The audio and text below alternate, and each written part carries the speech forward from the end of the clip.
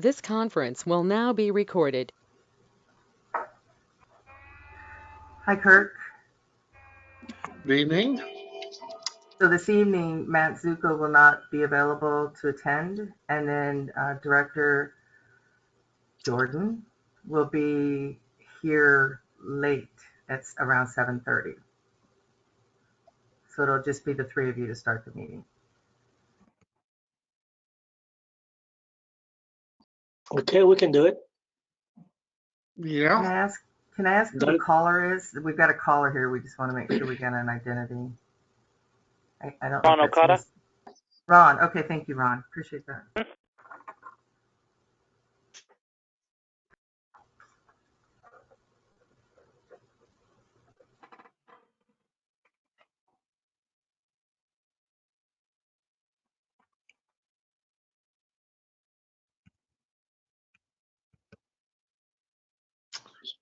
So is there anyone else that we're expecting? We've got some consultants for the mapping, but they'll probably come in a little bit later for that discussion during the hearing. Right. Because they are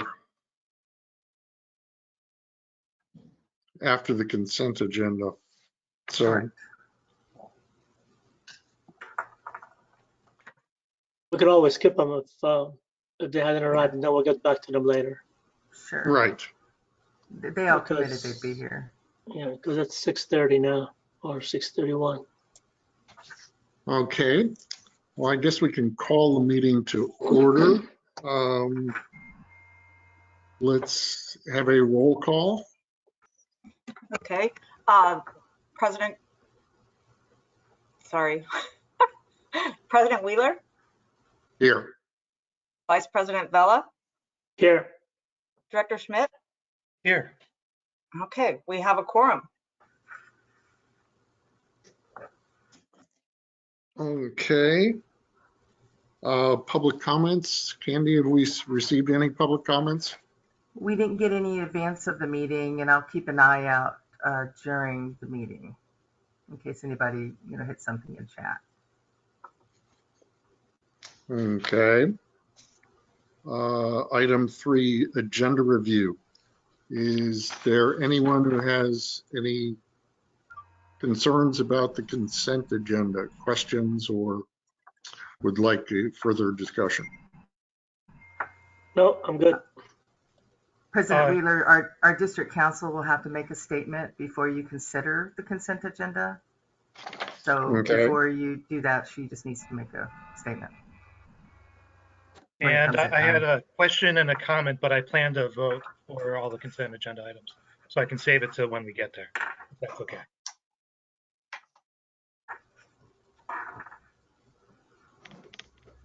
So Julie has a statement to make? No, she'll do that at the time. And it's Catherine Groves is here tonight from Hanson Bridget. Okay. Then no discussion or no changes to the agenda. Item 4, acknowledgement and presentations. 4A, Candy Payne, Administrative Service Manager Service Certificate. Yeah, thank you. So this is in recognition of Candy's time here with the district. She retired in December. She was with the Mid-Peninsula Water District for 9.5 years. And I wanted to start out with some comments we actually mentioned to staff today during our staff meeting, and I think that's why we have some present, that I started working here a couple of months in 2012 after Candy. And she was very instrumental in the #1 priority at the time, which was to increase and help out with employee morale. That was the target that was given to me by the board of directors at the time, because they had come through some really rough times and they had just gotten through or were, just in the midst of the defalcation. So there were a lot of issues, and Candy was very helpful during her whole time here with regard to helping employees, providing assistance, really just anytime they needed something, they would go in there and ask her, and she was there for them. I think that was probably one of her number one strengths here at the district, and I really appreciated it. Rena, did you want to add anything? I know others might want to too, but Rena, did you want to share some things about Yes, Candy? yeah, thank you, Cami. Yeah, I really appreciated the opportunity to work with Candy and glad to see that she's enjoying retirement. She looks really relaxed. But as Cami mentioned, Candy was kind of like, I'm going to say she was our cheerleader. She was the one that would get us motivated and get us excited about things, and also was very key in recognizing different things with staff. I mean, like birthdays. She loves to bake. I think a lot of us know that. So Candy took it upon herself to typically bake something or make something special to recognize somebody's birthday. So that's something that I know I won't forget and appreciate it. And I think a lot of folks are going to remember Candy for that as well. But I'm glad to see Candy today, and I hope she enjoys her retirement and does the things that she'd like to do. I see that she has employees that worked with her. Misty, did you want to make comments? Don't forget to unmute yourself.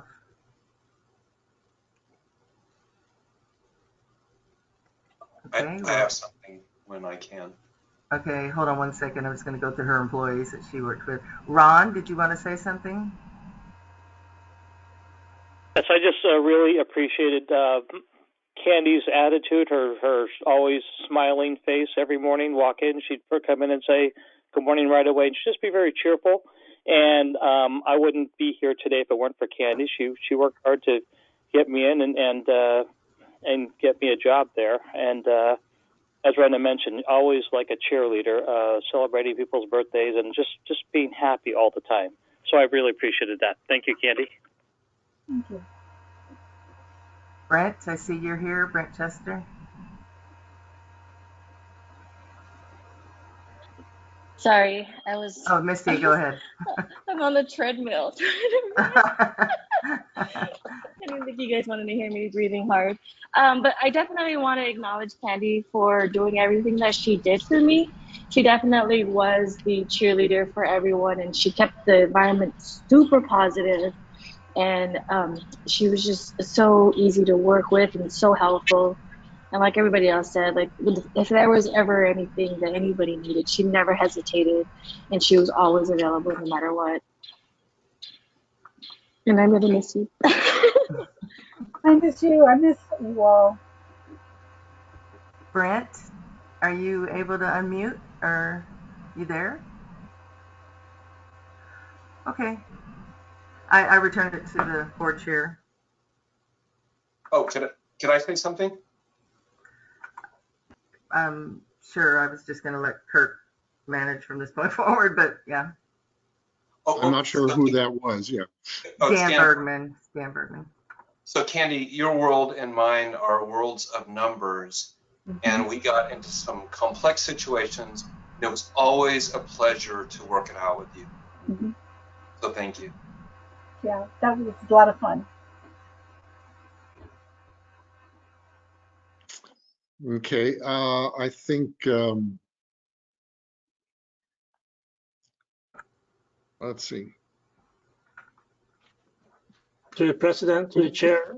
Can you have a second? Here, Louis, why don't you go ahead? Yes. Okay. Thank you. Hi, Candy. Hi.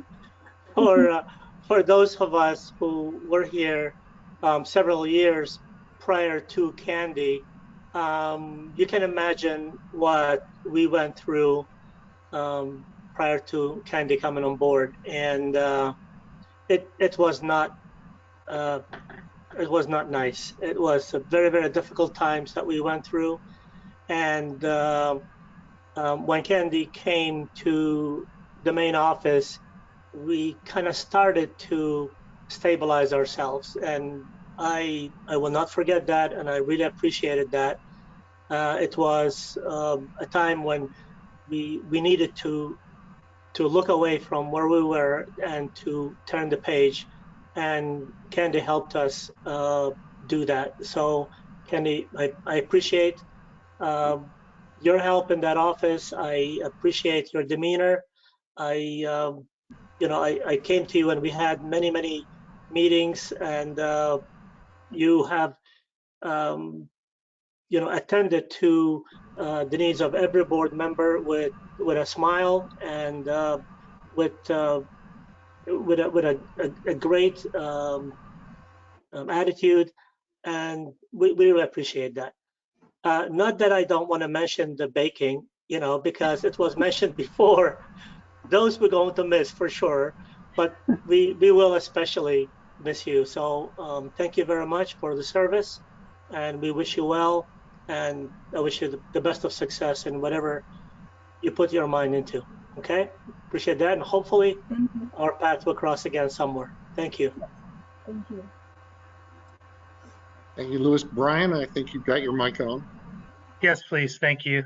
So I, unlike some of the directors who've been around for a number of years, I haven't had the chance yet to unfortunately, I haven't had a chance yet to get to know many of our employees, which is sad and partly a COVID related thing. And I'd love to get to know some of the main employees better. But Candy, you're someone I've gotten to know from the start and really appreciate having you around and all the help you've been. And like everyone else has said, such a great attitude that makes you a pleasure to work with.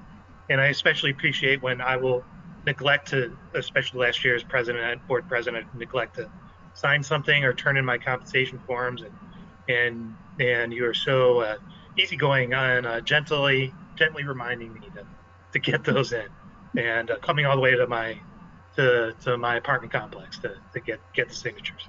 So really appreciate it, and again, I hope you're enjoying yourself as well. Thank you. Thank you. Thank you so much. Yeah, Candy, I also hadn't had the opportunity to work with you for that long. It's only been 3 years, but I've certainly appreciated how much dedication you put into coordinating with us on the board through some trying times with COVID and delivering things and getting things together for us. And yes, even our expense reports and compensation forms.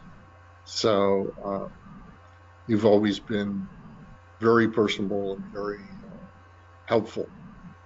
So I hope that your retirement goes well. I hope that the concert series at your house is still going to continue and you'll be able to do that more and more in the future. Thank you. Thank you. It's truly been a pleasure working at the Water District. I've enjoyed it tremendously. I especially love all the people there.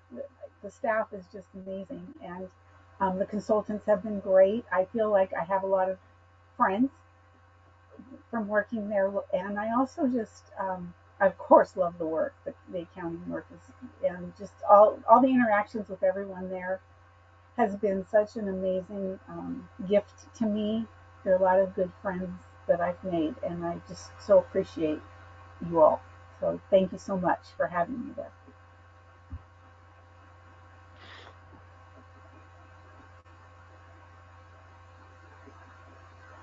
And I did take 8 days off in Montana and saw my grandsons finally after 3 years.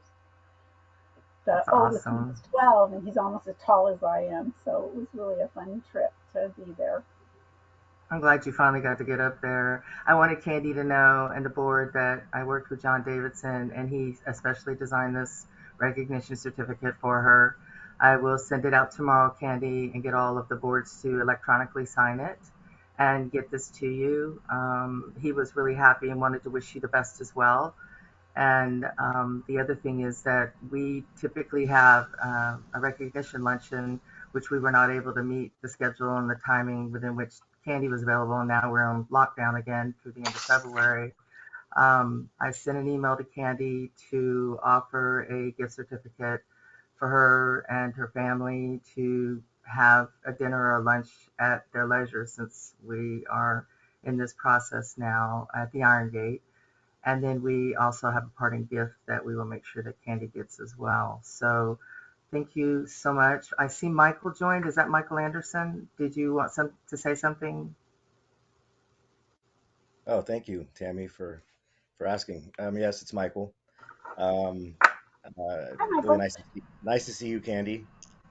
Um, what can I say about Candy? My goodness, it's been such a pleasure working with Candy, and I one thing being enrolled in the JPIA leadership program that I'm going through right now, something that has stuck with me. Um, working with Clint, he had mentioned that a lot of agencies, their motto overall is mission first, people always. And that sounds great, right? Mission first, people always. There's nothing wrong with that. You take care of your customers, the district, people always. That sounds great. But he has encouraged us to move more towards people first, mission always. And that's one thing about Candy I can say is that she's a people first person. And, on behalf of the association, I just know that all the employees, Miss Candy, truly appreciate the fact that she's about the people first, and she's going to be missed. So thank you, Candy, for the many years that we've had together, and I'm happy to say that it's nice to be your friend. You're all very special to me. And Brent, one last chime. You want to try to say something for Candy? Tammy, he doesn't have a mic on his PC. Okay, sorry. I just didn't want to ignore him. I knew employees expressed they wanted to be here tonight. And Candy, I just wanted to share before you might bounce off the meeting, just so you know, and I was going to ask the board tonight to honor in the closing of this meeting in memory of Brad Burwell. He passed away last Friday.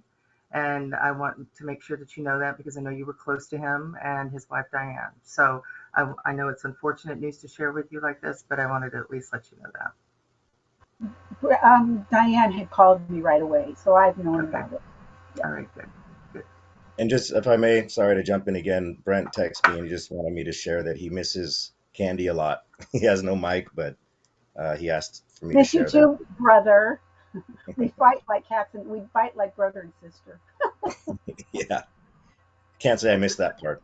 Yeah, I sure do too. We don't really fight. We just have, banter back and forth.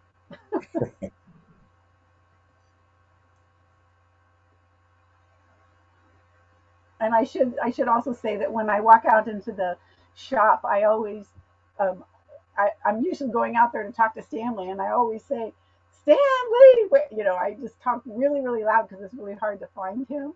And he says to me, you sound like my mother. So I always do that to him because I tell him I am his worst nightmare when it comes to inventory. So a lot of good memories. Thanks again so much. Thank you. Thank you, everybody, for showing up tonight, too, in support of Candy. Thank you so much. Thank you all. We'll see you at the concerts, maybe. Enjoy. Enjoy. Take care. Okay, bye. Okay, going on to item 5, the consent agenda. This is where District Council needs to make a few comments. Good evening, everyone. Nice to see you all. I'm filling in for Julie today. So in order to, item 5D involves the 7th Amendment to the General Manager's Employment Agreement. And so the Brown Act requires us to make a oral report. And so I'll just go ahead and do that now. The board completed its evaluation for the General Manager at the December 16th meeting and is now proposing to increase her base salary as set forth in the resolution for this item. And with that, I turn this back over to the board president. Okay. Anyone have any questions regarding the items on the consent? I believe Brian had. Yes, Brian? Yes, thank you. I had a question on 5B and just a quick comment on item 5D. So we go to 5B, I guess, briefly, page 12, towards the bottom, there's an expenditure to Pure Tech for $123,000, which is a fair amount of money, so I was just curious what that was about. Brenna, That it's was Pure the Technology. original investigation or look of the tunnels pipeline. Remember that submersible device that was going to swim from the tunnel pump station up to the Hallmark tank? That's the company that was doing that work. And in fact, they need to finish it, and they're going to be back here next week to complete their work. Okay. It's just a fair amount of money. Is it just for It's an approved capital project, Brian. Capital It was project. phase one was about $400,000 or $500,000. So this is just a partial payment. Right. what was the capital project? It's The water transmission main investigation. and it's phase one, and the approved budget, hold on, is for, hold on, I've got it sitting right here in front of me. Oh goodness. 500,000 in the 2020 and the 21-22 budget. Okay. Okay, great. So I didn't want to let item 5D pass without comment. And I just want to say that I very much agree with the proposed compensation package and the assessment of Tammy's excellent performance and overall high morale at the Water District. I want to add that Tammy was especially helpful to me in my first year as board president when I did not know how to be a board president. I also want to note that several years ago, shortly after I came on the board, final responsibility over HR issues was shifted from the board to the general manager, which is yet another increase in GM responsibilities. And I agreed with that shift then, and I agreed now that that's a correct thing to do. This, of course, does not stop Water District employees from contacting Water District directors.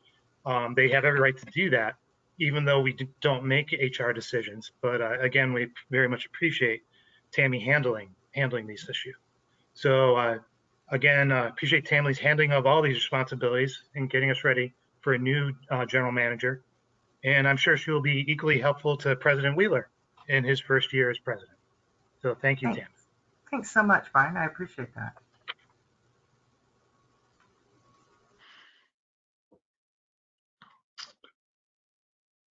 Any comments, Louis? No,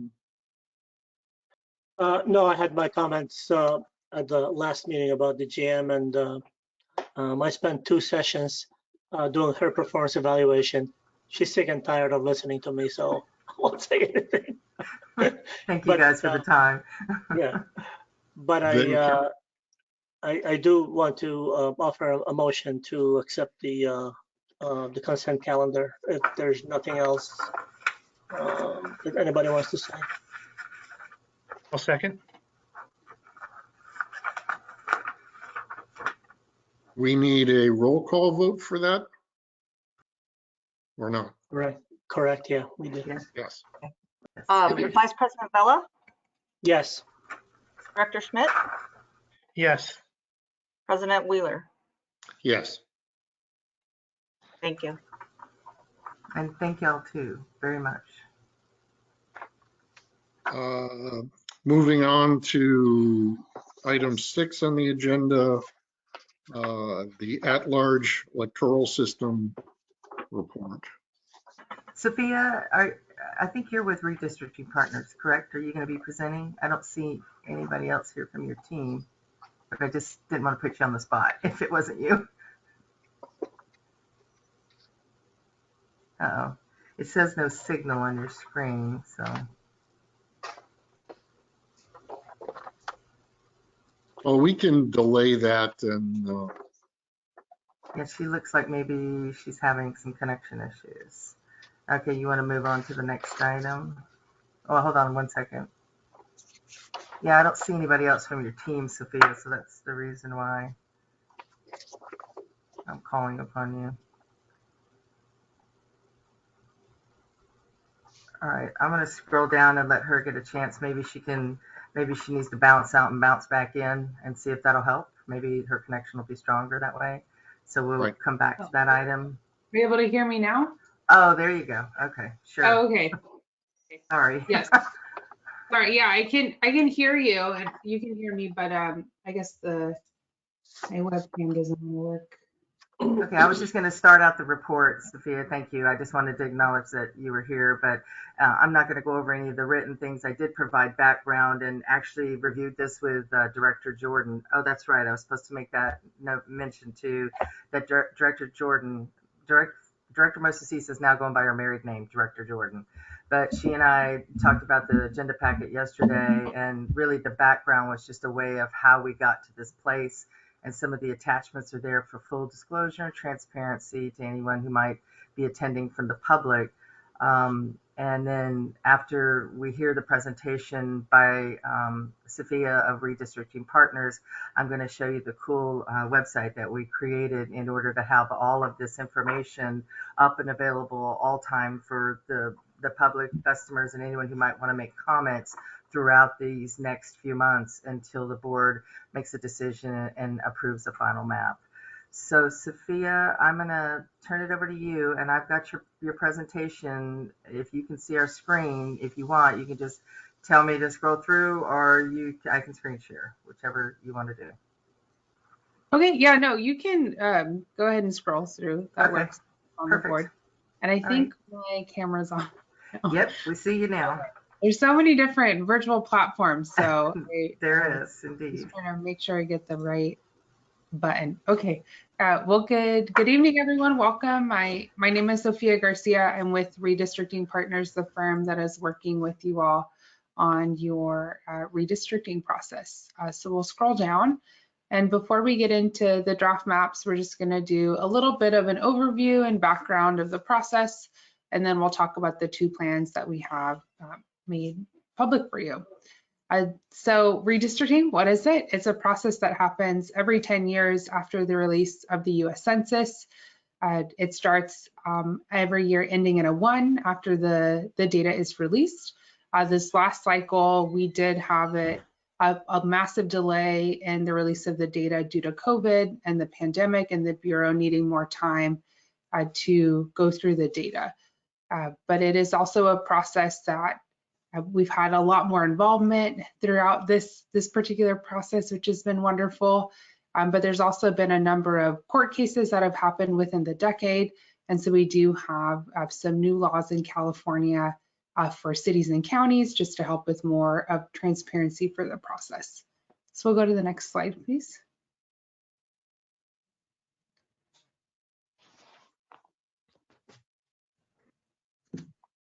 The traditional redistricting principles are our guiding principles for creating the draft maps. They're also the principles that we use to evaluate any plans that come forward from the public. They're in ranked criteria order, and the first criteria is the most important. It's the whole reason why we're here, why jurisdictions have to do it every 10 years, and that's to create districts of relatively equal size. So there's a lot of weight in this particular criteria because it talks about the fact that the jurisdiction doesn't have to have districts of exactly perfect size. You have some room to have districts that are a little bit more populated or less populated. We just have to make sure that they're what's called a total plan deviation of 10%. And we'll talk through your deviation for your draft plans. It also is the one that touches on what data we have to use. So we have to use that decennial census file where we count the total count of people. So it's talking about people and not citizenship. The second criteria we look at is to create districts that are contiguous. So this means that they geographically have to touch one another. And again, we'll see that when we go to the draft maps. We also look at compactness. So does it make sense to have a shape the way that it does? Is it following major boundaries or community of interest testimony? And then maintaining communities of interest is a criteria that we have in the redistricting process. And that is the criteria that really elevates public testimony. It elevates the fact that you all here this evening are experts of your community. You know this district really well. And so this is the space where we want to hear that testimony from the public and the board. And then also we can look at, in redistricting, you can look at additional government data or other lines, so city lines, county lines, any other lines that would be out there that would make sense for your particular district. So again, those are our basis for the draft plans and what we have looked at for you moving forward. So we'll go to the next slide, please.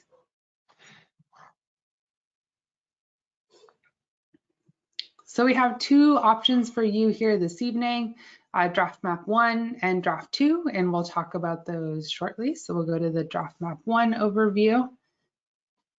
And in addition to the PDF, you should have also received a web map link, which will allow you to zoom in and look at these maps in more detail and look at the street levels. Excuse me, but for draft plan 1, for District 1, it follows San Juan, Lyle, and Hastings Drive and goes to the south. For District 2, the northern boundary is Arbor Avenue, and that district is drawn to follow major streets and also to allow for our total plan deviation of under 10%. District 3 was constructed to encircle the university. District 4, it follows Notre Dame as its western boundary to Old Country Road, and then was also drawn to follow major roads and to have that deviation of under 10%. And District 5 we took the most eastern portion of the agency into one division to also align with the hills. So that's the draft plan 1. And we'll go to the next slide where we'll be able to see some of the data that we were talking about earlier. I was just going to mention it's Old County Road instead of Old Country Road. So I just wanted to clarify that. Old County, thank you. No problem. Road. Mm-hmm. And we'll go to the next slide, please. Oh, that's right. Yes, yeah. No, thank you for that. Certainly.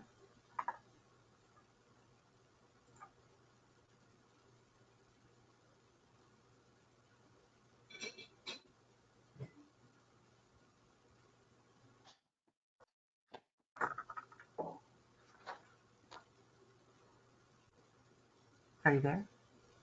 Oh, yes. Yeah. The next slide. Yeah. This is the one you want with the total deviation, or no? You want just map 2? Sorry. Okay. Oh, I can't. On my screen, I think I still see draft plan 1. Is that the same for? Oh, no. Everybody else sees me scrolling through. I see it moving. Maybe your screen froze. Yeah, maybe I'm on the total deviation of 7.3% with map 1. I didn't know if you wanted to make a comment about that. My computer caught up with you. So yes, this is the slide that gives you the data. So it's broken up into 2 sections. We have that total count data up at the top, and what's highlighted is we're looking at that total plan deviation.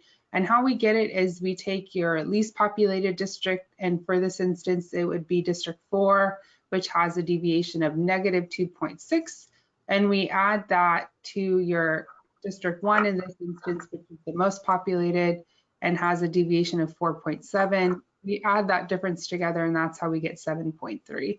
So having a lower or higher deviation, that number in and of itself doesn't necessarily make a plan better, but we just are making sure that it's under that 10%. The other half of the this slide talks about the citizen voting age population data. And this is a data set that also comes from the Census Bureau. It's the American Community Survey, and it tells us the ethnic population, and this is the data that we would utilize if we were drawing any Section 2 districts. So we also have that for you here as well. And so we'll go to the next slide to show you your draft plan 2. So draft plan 2, the construction of District 1 does look really similar to your draft plan 1. There's just a minor change where we see the boundary between 1 and 2. And for your District 2, District 2 and 3 were also drawn to follow major roads and to have the overall balance of your deviation being under 10%. District 4, again, traced along the university, but goes further south to the border. And then District 5 is we had it following more of a major street, and we used El Camino Real as its border, moving a little bit east to the southern portion to increase that population. And so we'll go to the next slide and we'll look at the data. And we'll continue to the one that highlights what the deviation is. So for this particular draft, you do have a higher deviation of 9.3, but again, it's under that 10%, so it is an allowable plan. And you have the other data that you can look at and evaluate. And we'll go to the next slide, and that'll be the last slide, and then you can move into discussion. So here this evening is the first meeting of the draft maps on January 27th, and you have another meeting on February 24th to discuss this matter, to talk about any of the draft maps as well, or any amendments to the plans, and then on your schedule you have a final vote for March 24th. So for this meeting, it serves as, again, a draft map hearing, so these are not the final plans. This is an iterative process. We're here this evening to hear your feedback, any amendments that you would like on the plan, anything that we can go back and have a new plan for you, or just hear any comments from you or from the board. If this evening you need more time to digest the maps and you would still like to send any amendments to us, you can do that via your staff, and then your staff will send us those comments along, and then we can work on those in advance of your next meeting. And so with that, I can hand it back to staff or the board to continue this discussion. These maps didn't change from the time that you were here presenting in October. So there were preliminary draft maps presented then, and I just wanted to confirm with the board that they did not change, that there was no specific detailed comments received at that time. So there were no changes from those two original drafts. Okay, thank you. Yeah, President Wheeler, so the process is that we receive this presentation, or that the board received the presentation, that you open the public hearing, you receive public comment, and then you review the remaining dates and times, which we can do that again during the public hearing process, and then you formally close the public hearing. So at this time, unless there's questions for the presenter, it would be time to open the public hearing. So questions from the board come after the open public hearing portion, or? I think it could come now, Catherine, right, since the presentation was just made. If there are members of the public, my preference would be to let the public speak, and then we can close public hearing, and then we'll talk. Right. I see no members besides staff members from the public. So then we need to close public hearing. Yes. So since there is no public comment, we can close the public hearing and I'll open it up to questions or comments from board members. Let's see. Louis, would you've got your mic on? Yeah, I'll start. I had a very preliminary quick question to Sophia. Sophia, you started the presentation by saying that redistricting is a process that takes place every 10 years based on the census. Is that correct? Correct. Okay, so the district is almost 100 years old. This is the first time that I'm looking at it. I haven't been here 100 years, almost, but not quite. But this is, are you saying that this is going to happen from here on forward, or this was supposed to happen? Because, you know, this never happened before, and it's supposed to happen every 10 years. So I cannot connect the dots there. Yes, so this is the first time that you're going through this process, moving from an at-large to a districted system, that it will happen from here on forward. Every 10 years when we get new data, you'll have to look at that and see if you're going to need any rebalancing of your districts, and you'll have to revisit this process every 10 years after the release of the new census. So if we were to make a comment or make an edit to the boundaries of the districts, and we'll send them forward to you, then you will check if the deviation is below 10% every time. Otherwise, and if it is 10%, then it could be a go. And if it's above 10%, then we're gonna have to reformat again, or how does it work? Yeah, so for any amendments, I think what I hear your question is, if you have any amendments for us, yes, we will go back, look into our internal software and see if we're able to accommodate those amendments. If we are, we'll come forward with new drafts, and they will be, we'll come forward with the new drafts. And if we are not able to make that change, then we'll come forward and give you a reasoning why. But regardless, in 2031, after the 2030 census, you will have to revisit this process and go through it again. If at that time your plans are under a total plan deviation of 10%, you will be allowed to just pass your existing lines, but we won't know that until the 2030 process. Yeah, but the criteria, Sophia, that you'll be using, whether they'll be accepted or not, and I hope, I mean, I don't mind, but I hope I won't be here 10 years from now doing this again. But the criteria, can you go over that, please? Yes, the traditional redistricting criteria is the criteria that we all have to use for this process. And we can go to that slide so folks can see, and we can talk through that again. Yeah, so these are our redistricting criteria or principles that we have to use. Okay. And again, in a ranked criteria order, we're evaluating that first criteria of looking at the data and population, and then everything else, we'll have to look at those in tandem with any amendments that you have or any comments from the public. Yeah. All right, got it. That's all I have for now, Kirk. Thanks. Brian, I think you're next. Thanks. I had a couple things. First, regarding having to do this every 10 years moving forward, it's because we've chosen to move to district level elections. And we've chosen to do that because we think there's a good chance California state law requires us to do this.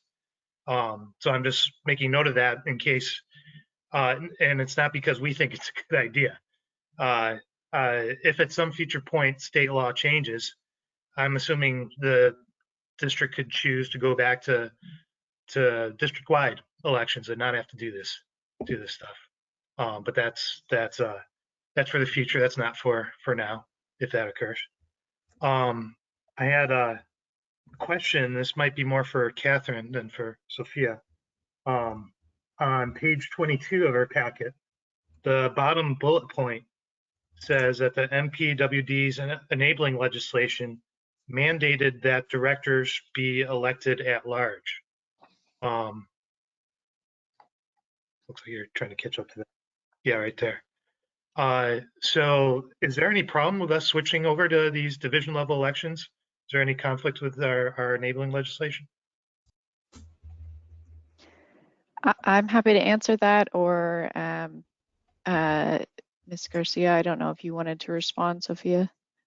No, you can respond to that because I think it's more of a city matter and how you will govern moving forward. Sure. So Director, it's not actually a conflict because the Voting Rights Act takes precedence, as it is aimed at prohibiting discrimination in cities and special districts that have at large elections. So it does take precedence over our enabling legislation. Okay. It might be helpful to have some type of clarification about that in these future in the documents when we have future hearings on it.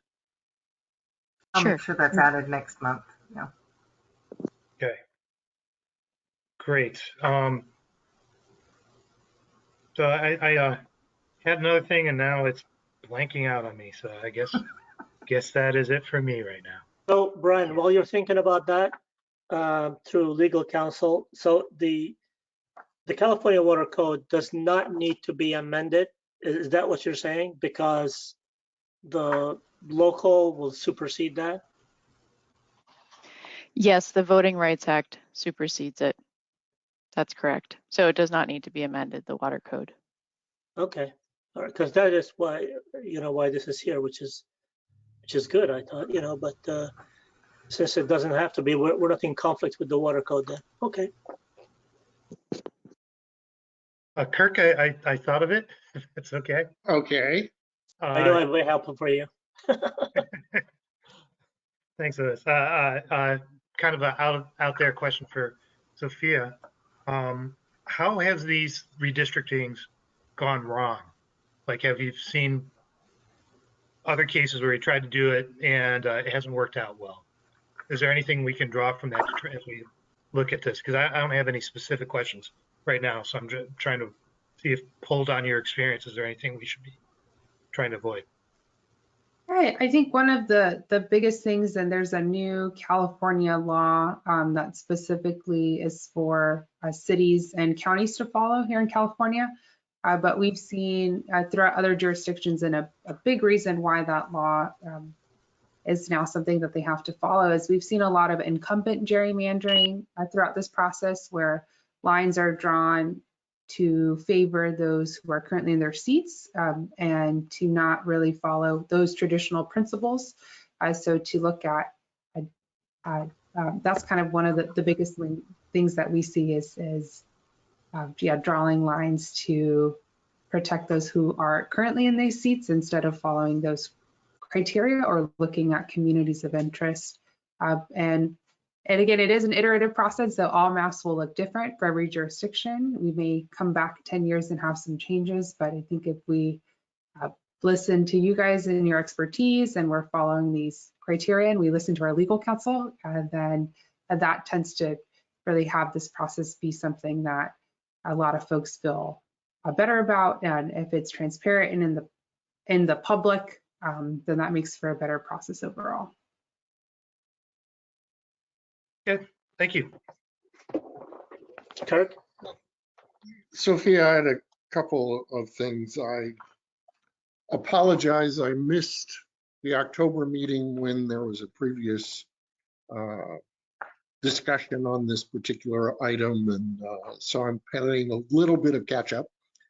But as I understand the process, and if we look at your website, we would be able to get down to the granular level of census tracts because you actually draw these lines on census tract boundaries.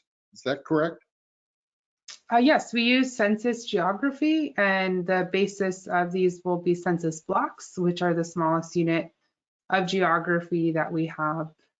So it goes census blocks, block groups, and then census tracts. The web page I was referring to is one, and if we haven't sent it, we'll make sure to send it to staff, but it's a web link where you can zoom in and look at the street level detail. And so you'll be able to see the street names of those districts. If we sent you a map that had all of the census blocks, it would be really cluttered. And so we have that web link for you to look at the specific street names. And that was demonstrated in October, President Wheeler, just so you know. I will make sure that we get that link again, and because after the discussion, I'm going to show you how we've established a page for this whole process, and that link will be very helpful to have on the webpage. Okay, so a block could be just a few hundred people type of range, or just yes. Yeah. Okay. Then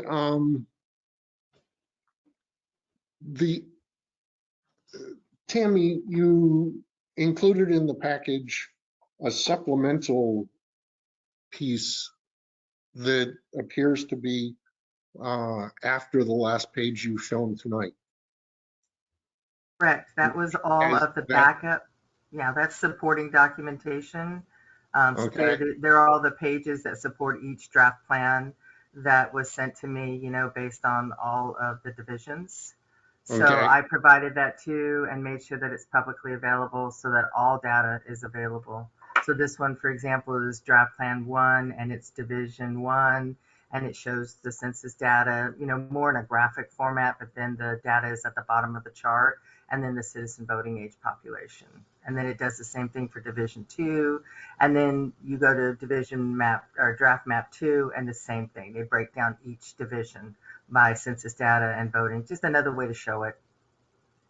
If we're going to distribute that, could we get it corrected so that it shows the correct divisions? For the Plan 2, it's got Division 1 and Division 5 in the detail section reversed, and it's got an extra copy of Division 3 labeled as Division 4. Okay, so here's Draft Map 2, or Draft Plan 2. Right, and the And that's next one you're referring to. And the next one should be Division 1 of Draft Plan 2, which looks like that matches. That matches. And then Division 2 matches. You're looking at something, oh, I'm sorry, I was in Division, talking about Plan 1. Oh, you're in Division Plan 1? Okay, so let me go back up here to that one. Thank you. All right, so 1 in this one, he's right. You see what he's talking about, Sophia? So look, this is Draft Plan 1, and instead this is Division 5. Okay. Got it. So Okay. they're backwards.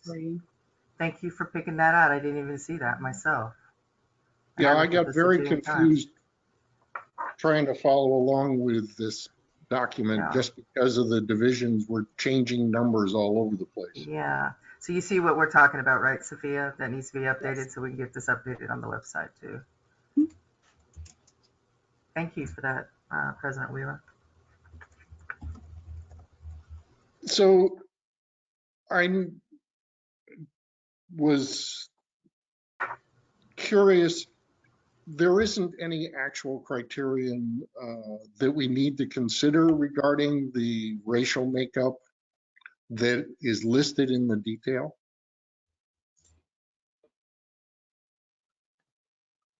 So unless you are drawing districts under Section 2 of the Voting Rights Act, where there is the opportunity to draw majority minority districts, so that means you have a particular district that's over 50%, and that direction would have to come from your legal counsel. Without that specific direction, we are disallowed from utilizing race as a predominant factor in drawing districts. And so we have to use the traditional criteria to draw the districts, and cannot draw districts specifically based on race. Again, the direction to do that would have to come from your legal counsel. Okay. So it looks like some of the districts have more multifamily as opposed to single family homes. And that is purely coincidence associated with them being contiguous, and that's the type of land use in a particular area. And so there's no question about having to have everything distributed equally between different divisions within the overall district. Is there on one of the plans, would you like to make an amendment, or is there a way that you think it could be improved with knowing your area a lot better than just knowing the city as it is? In Plan 1, for instance, most of the higher density developments are in Division 2 and Division 5. And the other 3 divisions are almost entirely single family homes. But I don't know that that makes any real difference to the voting patterns or issues. I guess it would give certain directors in the future an opportunity to say, oh, my constituents are more multifamily as opposed to single family. but I don't know that it's ever going to make much difference. But I was just trying to understand exactly what we were getting here and why it was showing up. Okay. That's all of my questions. Louis? Yeah, just a quick one for Ms. Garcia. As you know, our agency is an agency within a city, okay? And from a population and a demographics, we don't differ that much from the city of Belmont. Did you have cases similar to ours where the districts for the agencies and for the city are the same, or they never coincide with each other? Do you follow what I'm saying? Yes, it's for those, sometimes when you have like a special district that has the same boundaries as a city, your communities of interest could be different. So for your district focused on water may have different communities of interest than city or other streets or other things that come forward. We do know in Oakland, the city council lines and the school district lines are the same, but that's written within their city charter. But generally, when you have a district and a city that have the same boundaries, they're not always the same boundaries that are passed, because again, the communities of interest may be different between the agencies. Okay.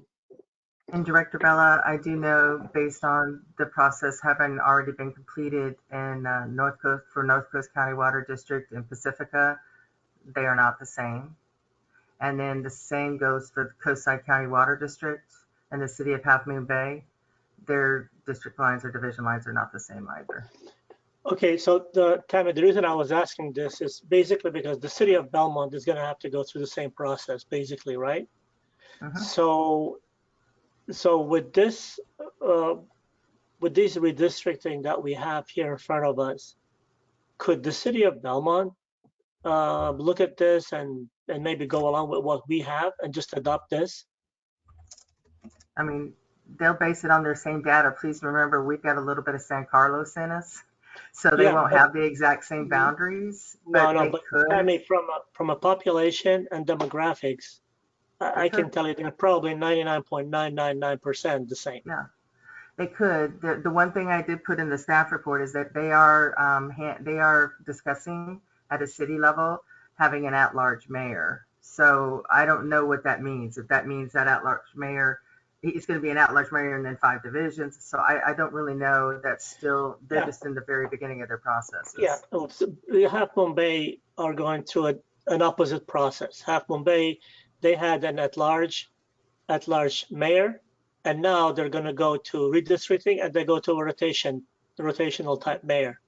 So, and some cities would like the mayor to be an at-large, and the rest of the council will be per district. So, yeah. Okay. That's it for me. Thank you.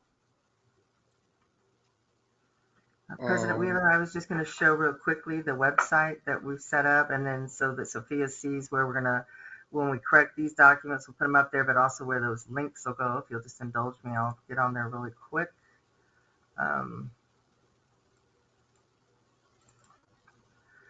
John and I worked on now where you come to the Board of Directions page. Did you see our cool you saw that tracker pop up from the bottom? So this is the tracker we introduced last month so that you can see how you can hover over the different things. Rena presented it last month, and so it automatically pops up, and you can hover over all these little buttons, and it gives you a description of what the water use looks like. But under the Board of Directors page, Elections is now the new tab, and everything is going to be here, including whenever the next public meeting is. There'll be this big red tab, and then there'll be actually an opportunity for them to download the full public hearing notice. And this history, we'll just keep adding to it so that anybody can go back in time from the beginning of this process when the board back in 2020 selected proactively to transition to the division-based process. And then here is where the 2 draft maps are with the total deviation charts. And these little hot links right here where the additional information is. And then when I get the links from Sophia, we'll actually add them on here so that you guys can go in there and scroll down so that you can see the street level mapping. But I wanted to make sure that you saw that we revised this page so that it's very transparent, very easy to find. John even went to the level of using the alert system up here at the top so that everybody had an opportunity if they came to our page to be alerted right immediately and they knew where to go so that we could get as much public comment or public input as possible. So I just wanted to share that page with you since we took the time to make sure that we had another opportunity for public input. Thank you.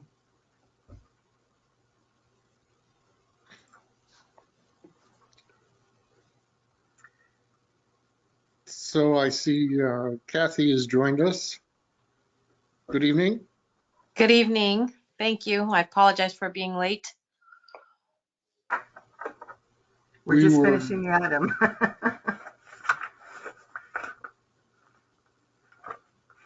That's good work, by the way, Tammy, on that on the website.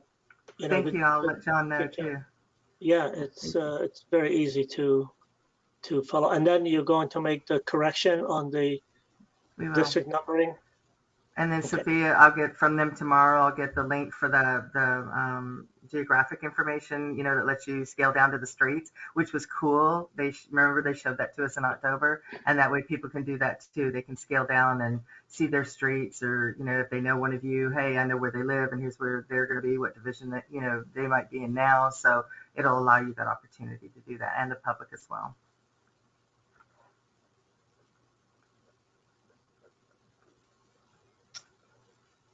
Okay.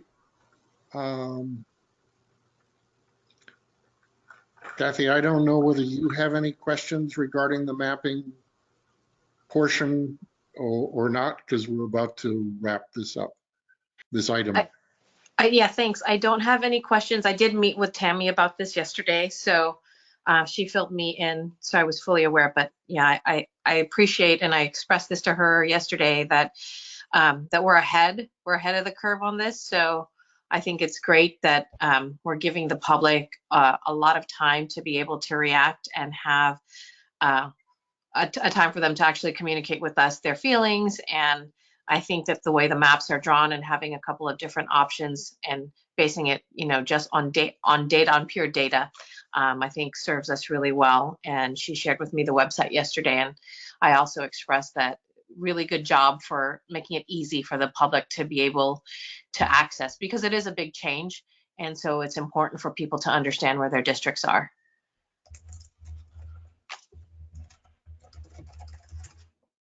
Okay. So if there are no further comments or questions on this, I guess we can close out this item. Thank you, and thank you, Sophia, for a very nice presentation. Yeah, and again, if there's any amendments that you'd like between this meeting or next, please email your staff and they'll email those directly to us. Okay, thank you. We'll let you know. Thank you.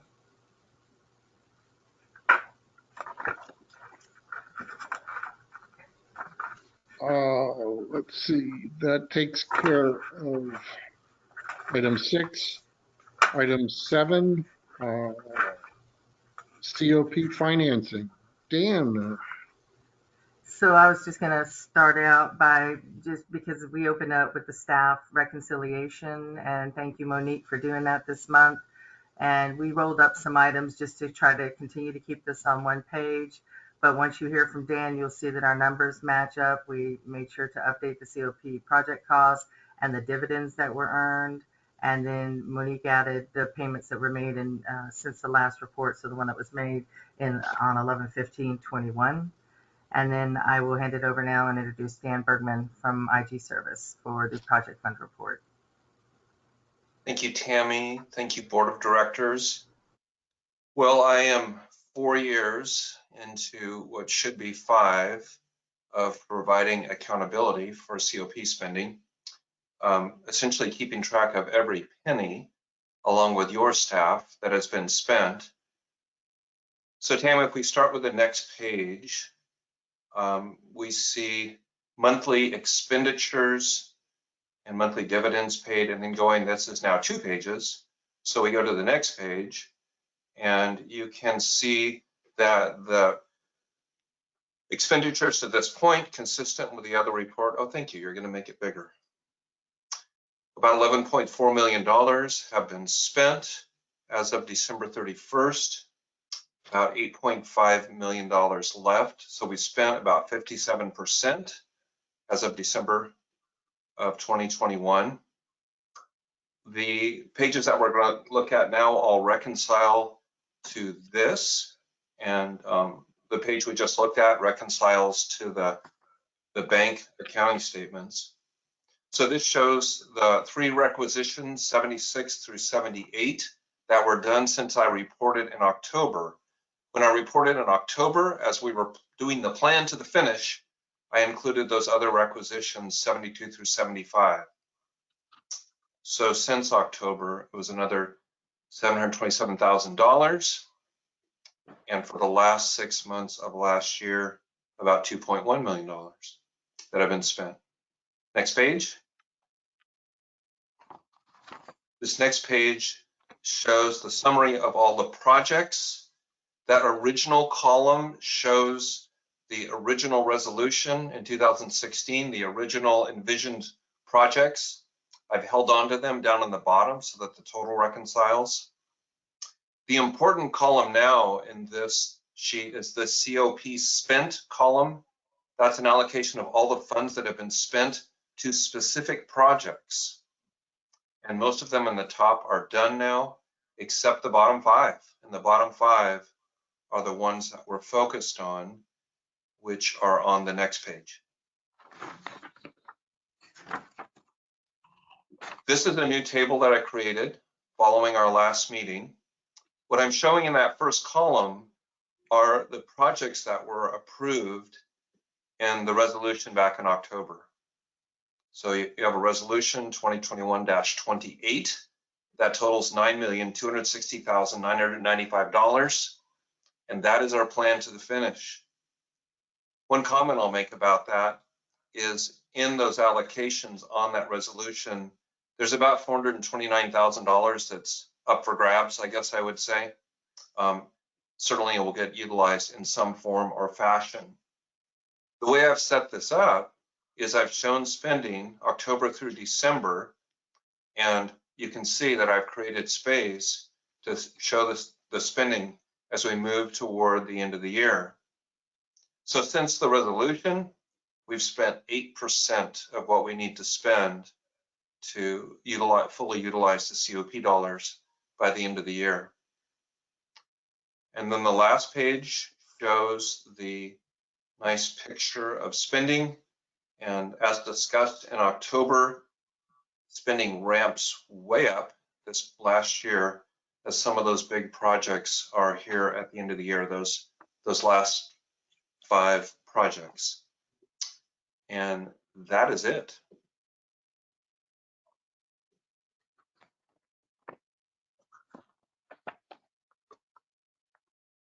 Thank you, Dan. That's all from staff, President. Okay. Are there any board members who have questions for Dan?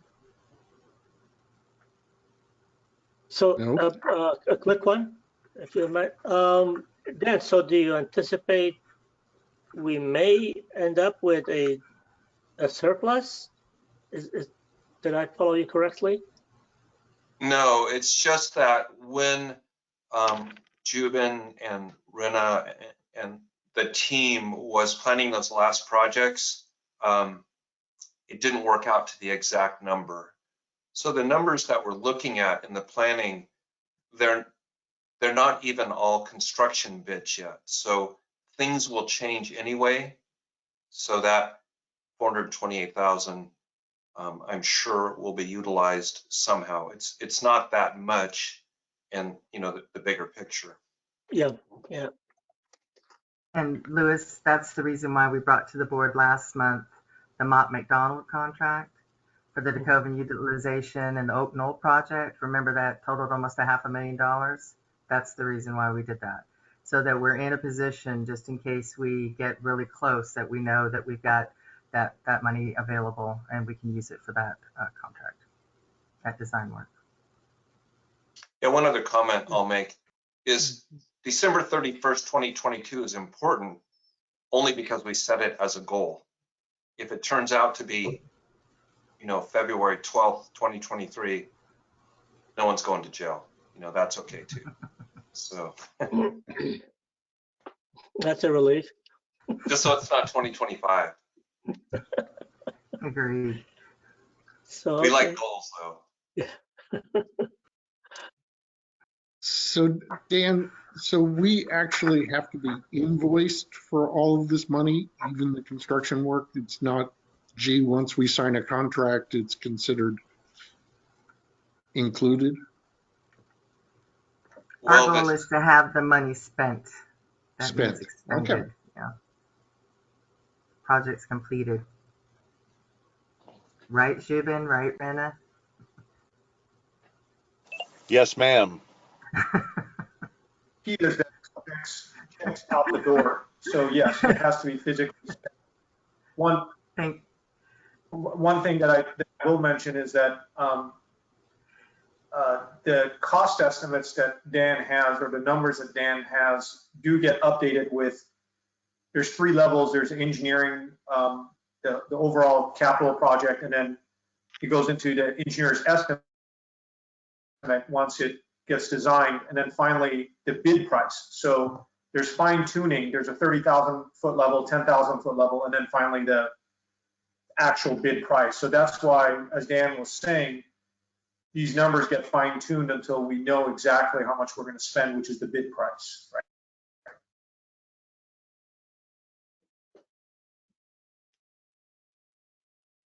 Dan, I'm sorry. I had one other question.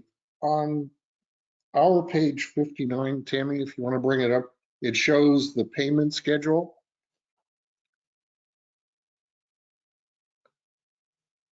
And yeah, that.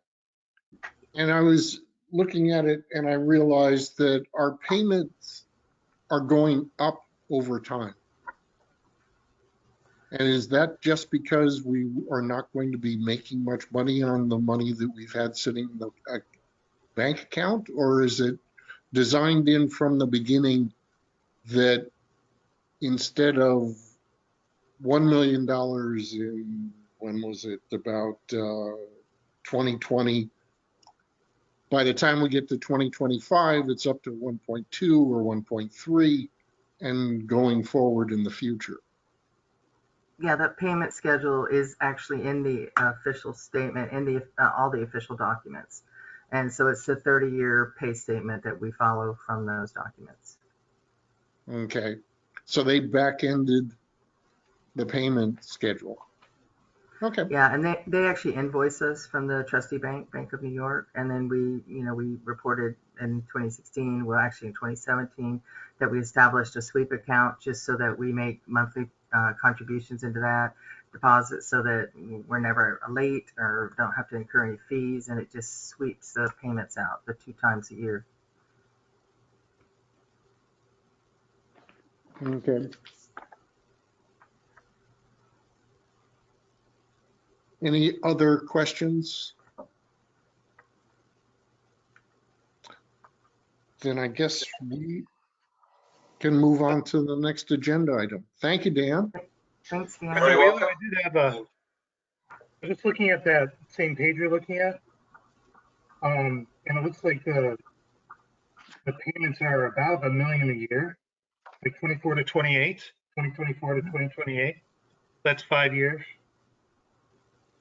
And the total payment is $5,327,000. So that's a little over $1 million a year. So it's not that much. Yeah, I mean, it was going up by a couple of 100,000. I mean, 10 or 20% as it moves forward. But then it seems to flatten out further down the road. So Okay. I was just curious as to why it was adjusted as it went through. Okay. I'll make a note to include the schedule so that you can see it, just so that it's available and you can see how it was established when the money was borrowed. Thank you. Thank you, Dan. Okay. Bye, everyone. Hi, Dan. Okay, so we now have 7B, project update on the El Camino Real water main replacement. Yeah, I'll start that off, President Wheeler. So we wanted to just to give the board an update on the progress with the El Camino water main replacement project. That's our first large major project in the capital improvement program. And where we're at right now, as you see in the report, that the contractor, Mitchell Engineering, they are substantially complete with the job as of December 31st, which means that for all intents and purposes, all the major construction, the installation of the water main, the installation of the water services, those types of things have been completed. And so they have been cleaning up. They've been making repairs to maybe sidewalks or walls or maybe some concrete curb and gutters. Those types of things still need to be completed. But what we want to point out to the board as well is that the contract that Mitchell Engineering signed when the board awarded them the contract in November 2020, it had 180 work days to it. And we met with Mitchell Engineering early in January 2021. We had our pre-construction meeting with them, sat down to discuss the project and they agreed to a notice to proceed that started the clock ticking on February 16, 2021. Mitchell Engineering, because of resource allocation issues, actually didn't mobilize or get on the project to start construction until May. So they lost some time, and we made them aware of that. We had written correspondence making them aware that our construction manager, inspector, TRC companies sent them a letter back in March of 2021 to let them know. And so by November 1st, 2021, the contract time had ended, the 180 work days had ended. And since then, until they got to substantial completion at the end of December, they had accumulated 47 7 days of liquidated damages. And so we have been working with our construction management team, TRC companies, Jubin and myself, and been in discussions so that we can negotiate those liquidated damages with the contractor. So hopefully at some time here in the very near future, we can come to the board saying the job is complete and recommend a notice of completion. Just generally speaking, in terms of the project's financial position, it's still positive. If you recall, when the board awarded this, they awarded the contract for a little over $2.1 million and actually provided a $211 million contingency fund or 10% contingency fund. There have been a couple of warranted change orders that have used up a little bit of the contingency, but still have a very healthy contingency for the project remaining.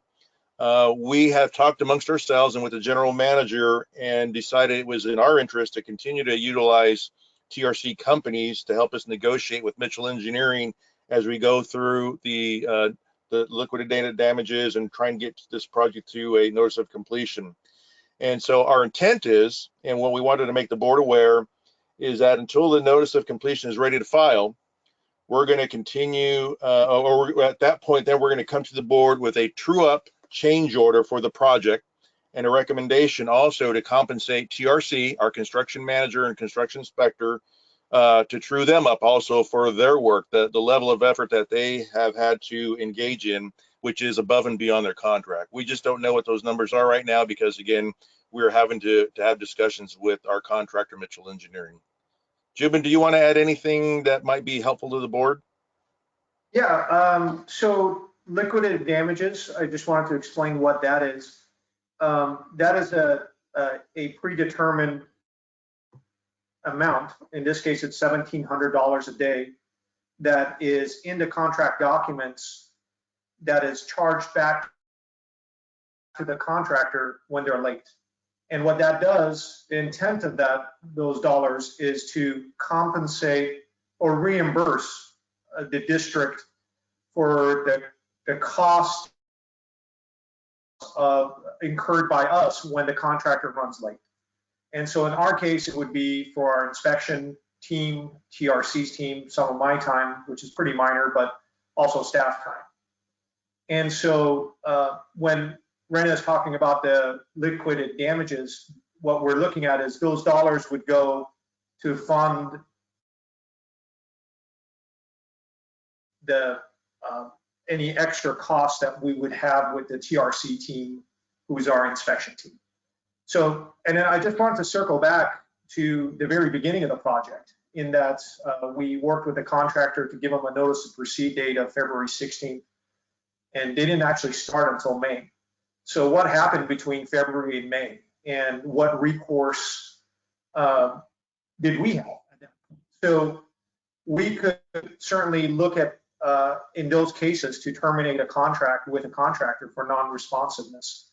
But because we were so far along and had also gone through all the pre-construction work with this contractor, which is looking at all their materials and their submittals, and getting them and our construction manager talking to all the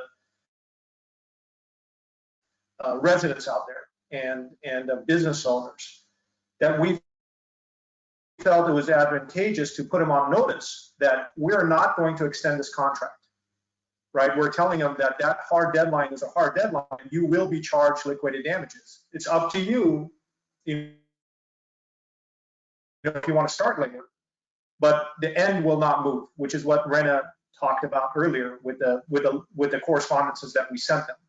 So they were on notice that yes, they can, if they don't have the resources, they want to start in early May, or whenever they actually did start, which I think was early May. They're doing that at their own risk, and at the very end of the project, if they run late, which they did, they're now will be charged liquidated damages. And lastly, I do want to point out, as far as success of this project, one of the key metrics of the success that we measure is how did we do with the businesses? How did we do with the businesses, the property owners, and the residents that live along El Camino? And we ended up with very minimal, very minimal. I think in the order of less than 5 made complaints about this project, which honestly, with the amount of work that we did out there, was pretty good. I mean, me and I had nightmares about this project. So the construction management and the construction team did a pretty good job as far as completing this project. Yes, they were late, and they're going to pay the price for that. But overall success of the project, as far as how it impacted the residents and the businesses out there, was as minimal as it could be, least disruptive as possible. Thank you.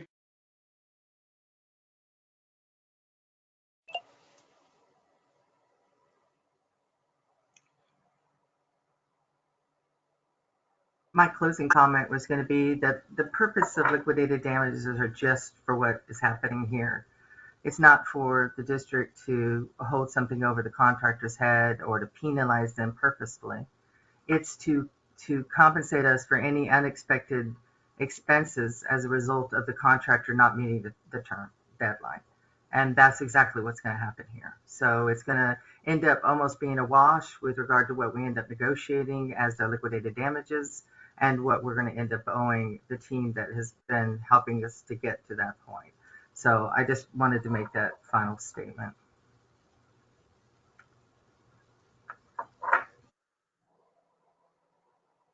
Any questions for staff? So Tammy or Jubin, if there are damages that are beyond the control of the contractor, but such as weather and stuff like that, delays because of that, that is not part of this, correct? That's correct. That does, if the contractor runs into something that we didn't expect and he didn't expect, then that's a change order. And as part of the change order, not only do we compensate money to the contractor, but we also compensate days. So any delays that are caused by us or caused by stuff we none of us could know about are not part of this. So they're not charged liquidated damages for that. And also what? So basically, we would kind of, to justify this, you would have to almost prove like some type of negligence from the contractor's part. I didn't catch that, Louis. Can you say that again? No, I said, in order to justify the charging of these damages, liquidated damages, we would have to prove some kind of some type of negligence from the contractor's part. Is that correct? No. I wouldn't use the word negligence. I wouldn't either. It's just that he didn't meet his contract requirements. Yeah, he didn't meet his contract requirements. Am I not coming through okay? So my sound is not good or what? Am I breaking up? No. You're clear. No, we hear you fine, Louis. Okay. The contractor committed on the contract that he could complete the job in 180 working days. He chose to not start with the notice to proceed. He chose to start about 45, 50 days later. We told him, we have a record letter to them saying that we recognize you guys didn't start on the day of notice to proceed. And so we're not going to give you any extra time. There's no reason for that. You didn't give us a good reason for that. So the contract for them ended on November 1st. They didn't get to a point of substantial completion, getting all the work done until the end of December 31st. So that created a 47 days of liquidated damages, days beyond the contractual terms of the contract. No negligence on the part of the contractor. They just didn't finish on time. Okay. They agreed to finish on time and they didn't. Got it. All right. Thank you.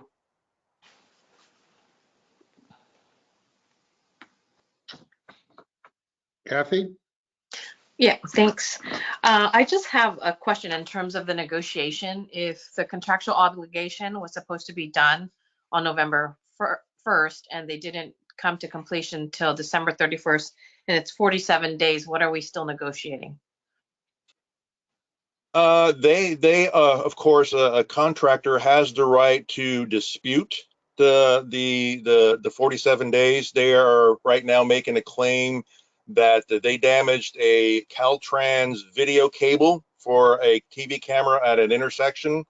And so they're saying that that wasn't their fault because that video cable was not identified by Caltrans, which is something that's kind of different for us, that evidently they don't have to locate their utilities. So the contractor is saying that that shouldn't be theirs, and they're not only including a cost for that, but they're also including a bunch of days that said that it's extended, it should extend their contract time from 180 days to maybe 200 days. So it's those kinds of things that we have to negotiate with them. But one of the things that, and Kirk may recall this from his days, contractors, they have to post, bonds for doing construction projects. And, one of the things that the companies that issue those bonds don't like to hear is that a contractor has liquidated damages, meaning that they just didn't finish on time, they didn't meet their contractual arrangements. So, I suspect that, we're going to sit down and have some good negotiation with the contractor, but I'm hoping that he will recognize that, they chose not to start the job on time.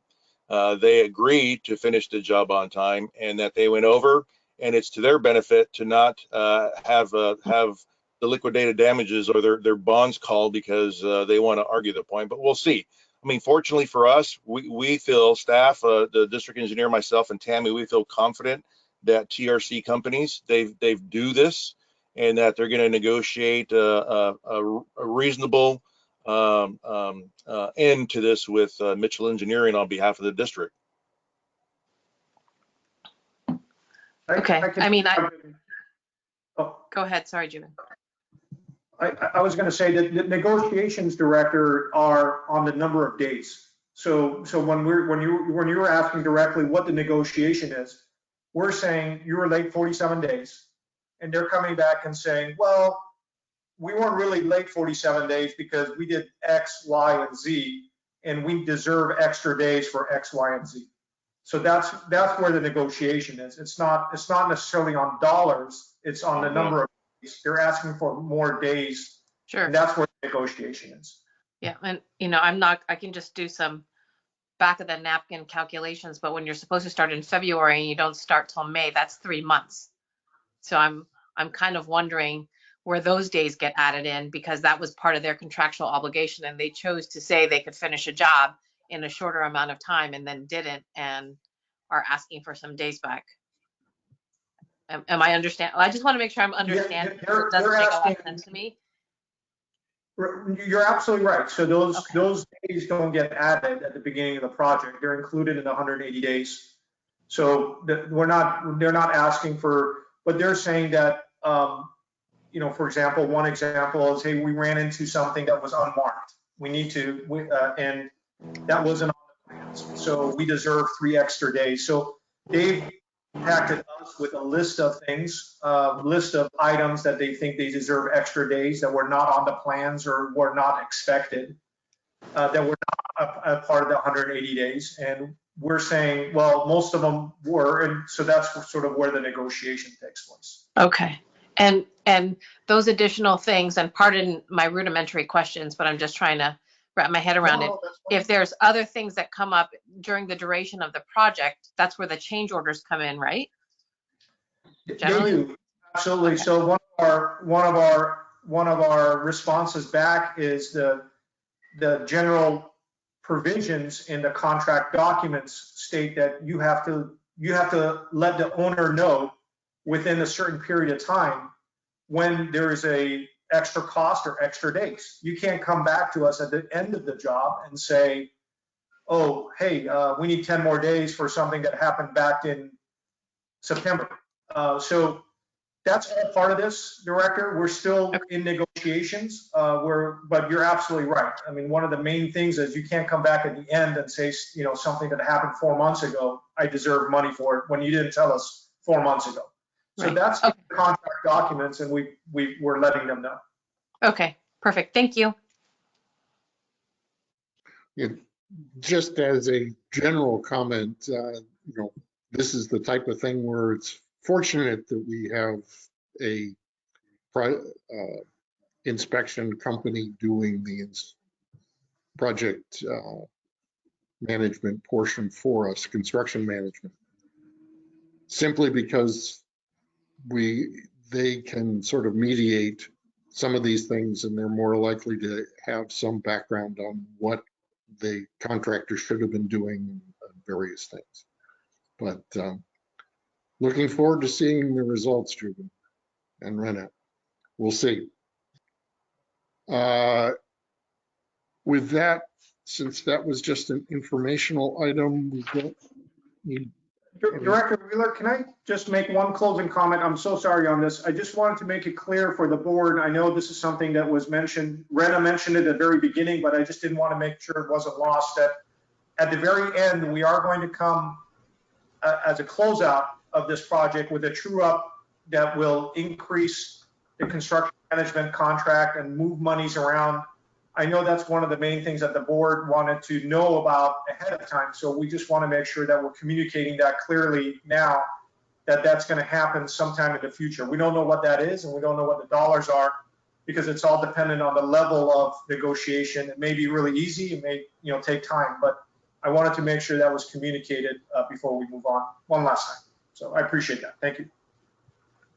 And I can recognize that you have kept us up to date that this was an issue that's been ongoing for several months. And it was just no way to know exactly what the numbers were going to be until we got to this stage. But thank you.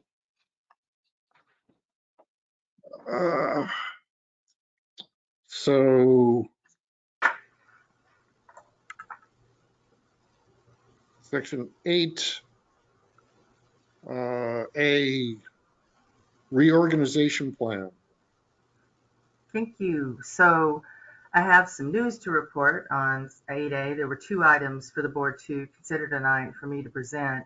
The first was a resolution that approves the planned reorg that I have presented in the staff report, along with the attachments and the updated or new classifications. But I'm reporting to you that after meeting with the Mid-Peninsula Water District Employee Association on Tuesday, They asked for more time to evaluate what they might consider to be impacts. So management's responsibility is to meet and confer with the bargaining unit, which we did, and deservingly so. I think it's warranted that they have the time. So part one of this presentation, if you will indulge me, I'll wait until next month to present so that the Employee Association has adequate time to meet with their bargaining unit and decide and discuss what they might feel are impacts to their unit as a result of the proposed changes. But part two, the resolution 2022-04, approving the temporary appointment of retired annuitant Monique Madrid, I would like for the board to consider. She's been filling the position since the retirement of Candy Pena. As you recall, back in September of 2020, when you appointed her as a management analyst, at the time it was through the pandemic and for emergency uses.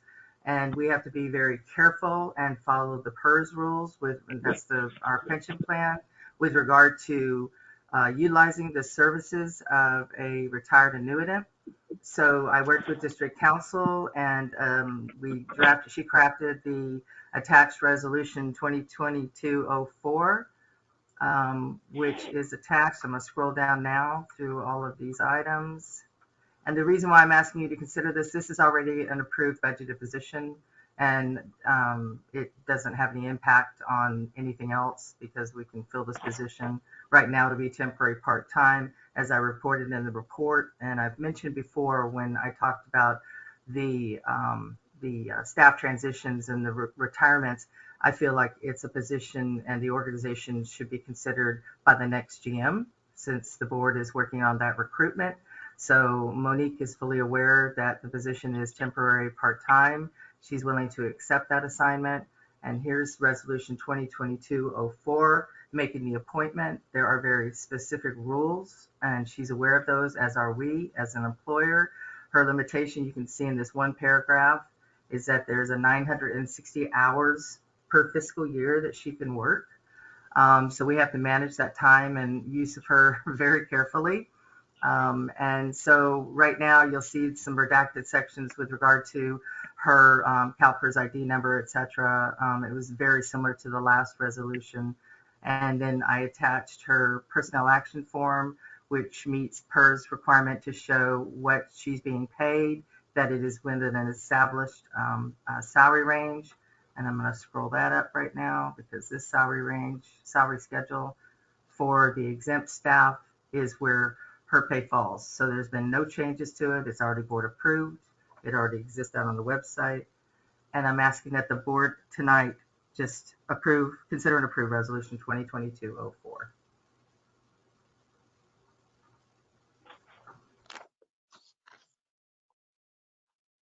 And then I'll bring back the 2022-03, and it may be the same resolution number, and the whole reorg on the next board meeting in February.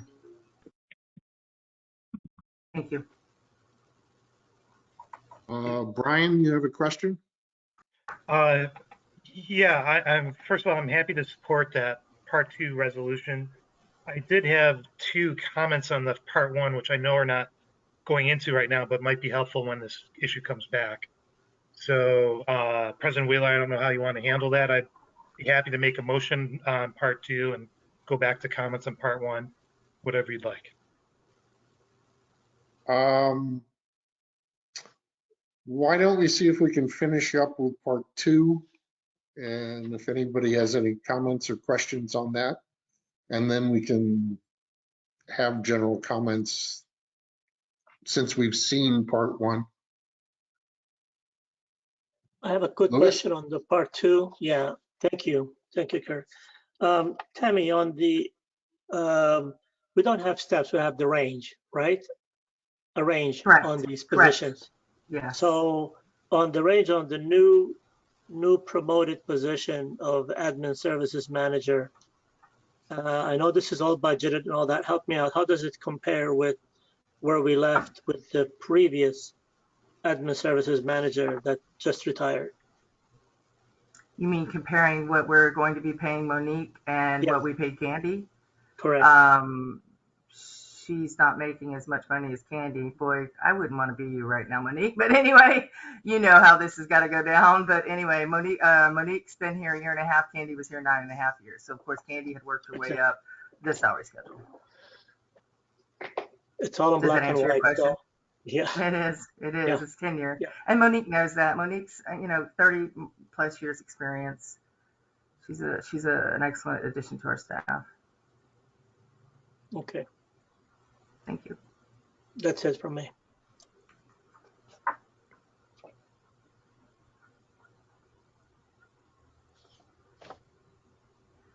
If there are no other comments, I am perfectly happy to support this.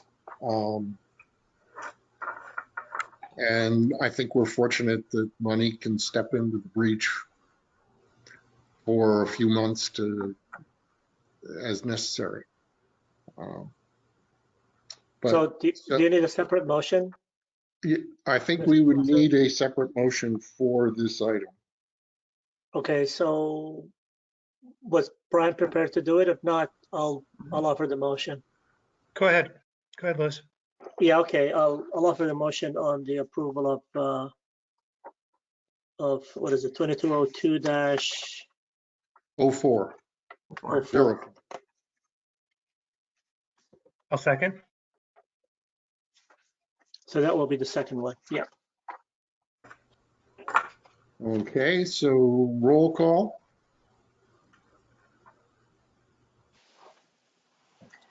Vice President Vella, Yes. Director Schmidt, Yes. Director Jordan, Yes. and President Wheeler. Yes. Okay. Thank you. So and can so part one revisit will be postponed until next month, but were there questions or comments you guys wanted me to address? Brian, you said you had something regarding part one.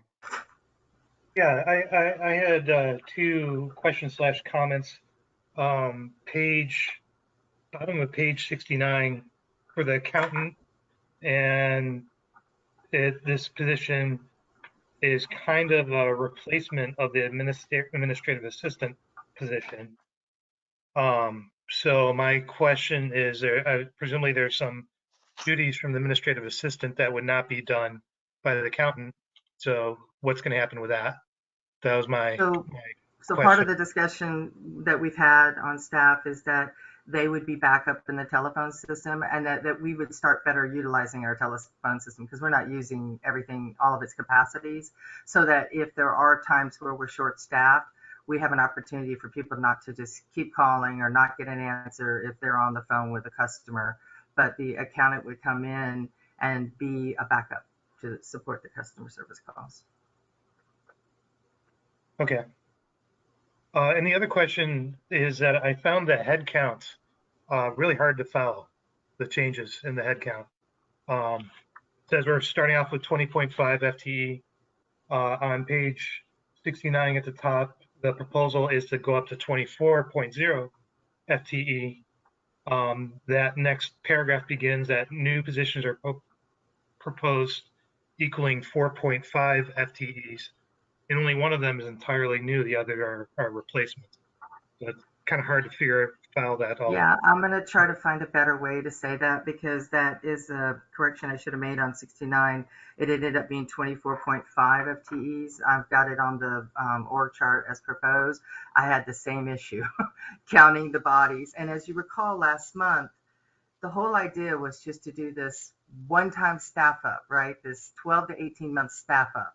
Because I know these positions, these employees have either already filed their pension papers or they're in the process of filing them. And so that it would provide that transition and that overlap. So it was challenging. So one of the things I did that I'll present again next month, I worked with John because I wanted to be able to, and I also already shared this with the Employee Association, to ensure that this one-time staff up happens and that you see what the organization looks like afterwards. So here's where we are now.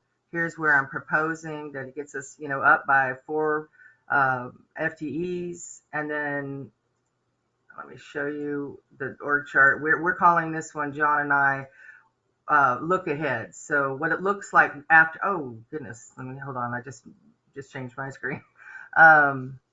What it looks like afterwards here, hold on, I can't figure out how I'm sharing my screen here. Goodness.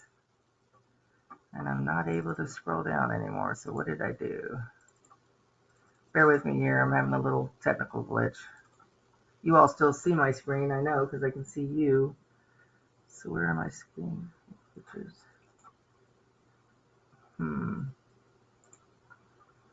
All right. Oh my goodness. Why do I not see my bars anymore? Uh-oh. I don't know what button I just hit, but I somehow got out of my presentation. Rena, are you still there that you can take Tammy, over? try hitting your escape button. I just don't know. It's not working. I just wondered if you could take over and let me and scroll through, because I don't know what I did. I've never done that before. And I hate not being able to scroll the rest of the meeting out. I don't want to exit out because I don't want to close the meeting for everybody. I don't even see my little buttons at the bottom that let me screen share. So let me, Monique, you got any suggestions here? I'm stuck. It's frozen for some reason. I was looking, but Oh my goodness. All right. Yeah, Let me, you have two arrows, so something's frozen because there's an arrow, I think, in the top corner of yours. yeah, and I almost, go ahead. Or the three buttons, the three dots on the right-hand side where it gives you more options. I don't have those. See, I don't see anything. So it's like my screen is frozen. All I was going to do is scroll down. So hold on one second. Let me, wow. Would it help I if somebody apologize. else tried screen sharing? Yeah, the that's what I agenda, was thinking. Tammy? Can one of y'all hit screen share? Rena, can you, or Monique, can you hit screen share just so that it'll take it over from me? Popping up on my tablet, Tammy. Sorry. There you go. Okay, Monique, thank you so much. Whew. All right, Monique, I see it again. Hold on. Is that you, or no, that's you taking over? Maybe. Whew. Let me look. That is just awful. I've never had that happen. Okay, thank you, Monique, for doing that. Are you able to, you don't have the agenda, do you? I'm just trying to figure out how to make it work now. Here it is. How about this? Do you all see that now? Stop your screen share, Monique. I found it. Since you did that, it unlocked it or unfroze it. Okay. Can you stop your screen share? I'm looking. Let me look at mine. I got it. Okay. Okay, so now I'm back to where I am. So hold on one second. So sorry about that, you guys. That helped unfreeze it. So thank you, Monique. Okay, cool. That's a little embarrassing. Okay, so let me bring it back up. All right. So what I wanted to do is I wanted to show this look. You can see my screen now, right, everybody? The look ahead. Yes. Yep. Okay, yes. So this is what it looks like at the end. So I just wanted to provide a cleaner look because it is complicated to follow, but it's just that one-time staff up. But after everyone retires and the positions that remain, it's going to be staffed up by one. All right. So it'll be 21.5. And that's still anticipating that there's a water system operator down there that's filled that may be retiring. Okay. They haven't given their exact date yet, but I at least wanted to show this org chart. So I'll prepare that, Brian, and I'll try to better describe it, if you will, because I do see where it could be challenging to follow. Great. Thank you, Tammy. Mm-hmm.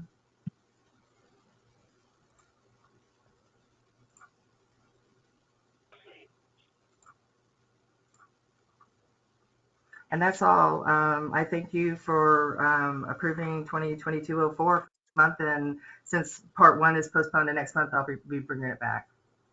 And then I'll address any questions or comments during that time and meet with any staff members that might have questions so that I can report online as well.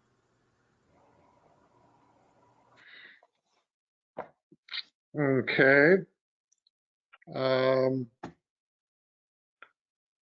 So we're on to 8. Congratulations, Monique. I didn't want to ignore that. So congratulations, Monique. Thank you. So we're on to 8B, reports on the regional water system drought conditions. That's me. Thank you. So Tammy, let's go to page 105, that line graph. We'll start there.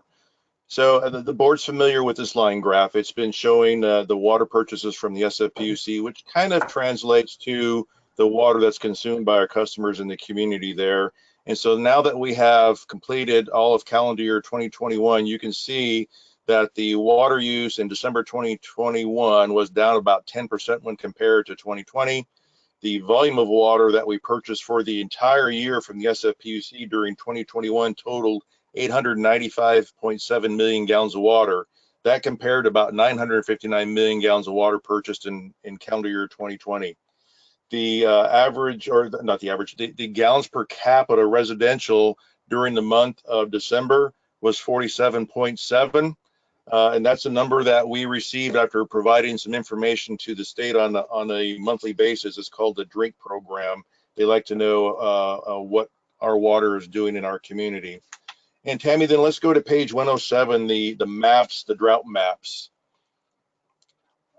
Tammy and I have been making some presentations with regard to drought, and I just really like these. It gives a really good visual representation, so to speak, of the complexities and the extent of the drought in not only California, but just showing across the nation. You know, we made a presentation to the Harbor Industrial Association in early January, and just this past Tuesday, we made another presentation on drought and water supply to the San Carlos Economic Development Advisory Commission. And I was sharing this information to them just to kind of show how bad the drought was. I mean, we've had a couple of years of just not a lot of rain, and it's affected the drought conditions not only in our state, but in other states along the western coast of the United States, and even kind of going just a little bit further east. And you can see here in September, this picture was in early part of September, California was covered with, at a minimum, you know, a very extreme drought covered most of the state's land area, and then the exceptional drought covered a lot of the prime farmlands in the state of California. And that translated to low reservoir levels. So Tammy, on the next slide, page 108, the major reservoirs that we typically show the boards, and you saw this. This is the reservoir levels back in September. Again, I like to pick on the San Luis Reservoir because that's the one that some of us may drive by more often than any of the others. You know, at September, that reservoir had just 12% of its total capacity stored there, where typically that red line indicated that, you know, San Luis Reservoir might have close to 1 million acre feet in storage. So it's pretty bad. But what happened between September and the end of the calendar year, the next page on 109, we had some rain. And so I was digging around when I was preparing for the Harbor folks presentation. I found some rain data from NOAA. And I pulled some information from some of the major cities up and down the state, whether you're on the coastline or down south or in the middle of California. And they had prepared this table of information that showed the rainfall that happened between July 1, 2021 through January 1st, 2022. And that's the first series of columns, kind of like in the middle of the page. So if you look at San Francisco downtown, between July 1 and January 1, they had recorded almost 16.3 inches of rainfall. Normally, during that same 6-month period of time, they would get about 8.6 inches of rain. So almost double the amount of rain. And that's really indicative of those two rain events we had in October and then again at the end of December. And then further to the right, for a full rain season, it's typical for the San Francisco downtown area to get almost 23 inches of rain, 22.89 inches of rain. So between July 1 and January 1, with that 16.3 inches, downtown San Francisco got roughly 71% of their rainfall in 50% of the rain year, so to speak. So that's what I was just trying to show there, that we had with just those two events, you know, it brought us well above normal, but it hasn't taken us quite out of the drought. So let's go to the next page, Tammy, and you'll see again that the drought monitor maps for California and the US, and you can see how the rain has affected now the drought map. It's taken out the exceptional drought areas other than just very tip top of the state. And the extreme drought still persists. throughout the agricultural belt of California. And what I thought was interesting on the U.S. map is that you know, the eastern part of the United States in September didn't show many signs of any kind of drought. Now, here at the end of calendar year 2021, there's more and more drought showing up in the southern part of the United States, which I thought was kind of interesting. And going to the next slide, Tammy, the major reservoirs, those two major rain events, they started to fill the reservoirs, you know, not completely to where they would normally be that red line, but you know, this again, the San Luis Reservoir went from a 12% level in September and filled up, you know, 19 percentage points up to 31% at the end of December, early, you know, January. So the rain events helped. The snow, which hasn't started to melt quite yet, is helping. We've had a lot more snow, and I think when we go to the next slides, actually the next slide is just a kind of a description of what the drought conditions mean. If the board just wants to take a look at that, I just put that in there because I thought it was useful information. I found that. I hadn't found that before. Now let's kind of move into the regional water system storage conditions, something that we typically show. And this is, again, information that we get or we see from Mr. Ritchie, the Assistant General Manager from the SFPUC. And again, just comparing December, the month of December with the first part of January, and you can just see overall the total regional water storage, the very bottom right-hand corner of it, the storage is at 76.1% at the beginning of the calendar year, and at the first part of December is at 72%, indicative again of the rain events. And on the bottom very left-hand side of this table, you'll see down there it says that Hetch Hetchy is 28% above last year for this time period. And Cherry Reservoir, which is in the Tuolumne system as well, is 27% above last year. And Lake Eleanor was 209% above last year. And I think I can recall Mr. Ritchie saying that actually Lake Eleanor, it's one of the smaller reservoirs, was actually spilling over. It had so much water in it. So the rain event that we had in December really helped out a lot. But, you know, I think what they're hoping for is that we continue to get some snowfall so that they can fill the reservoirs. And so the next slide, Tammy, on page 114 just shows the rain that has fallen in the Hetch Hetchy system there.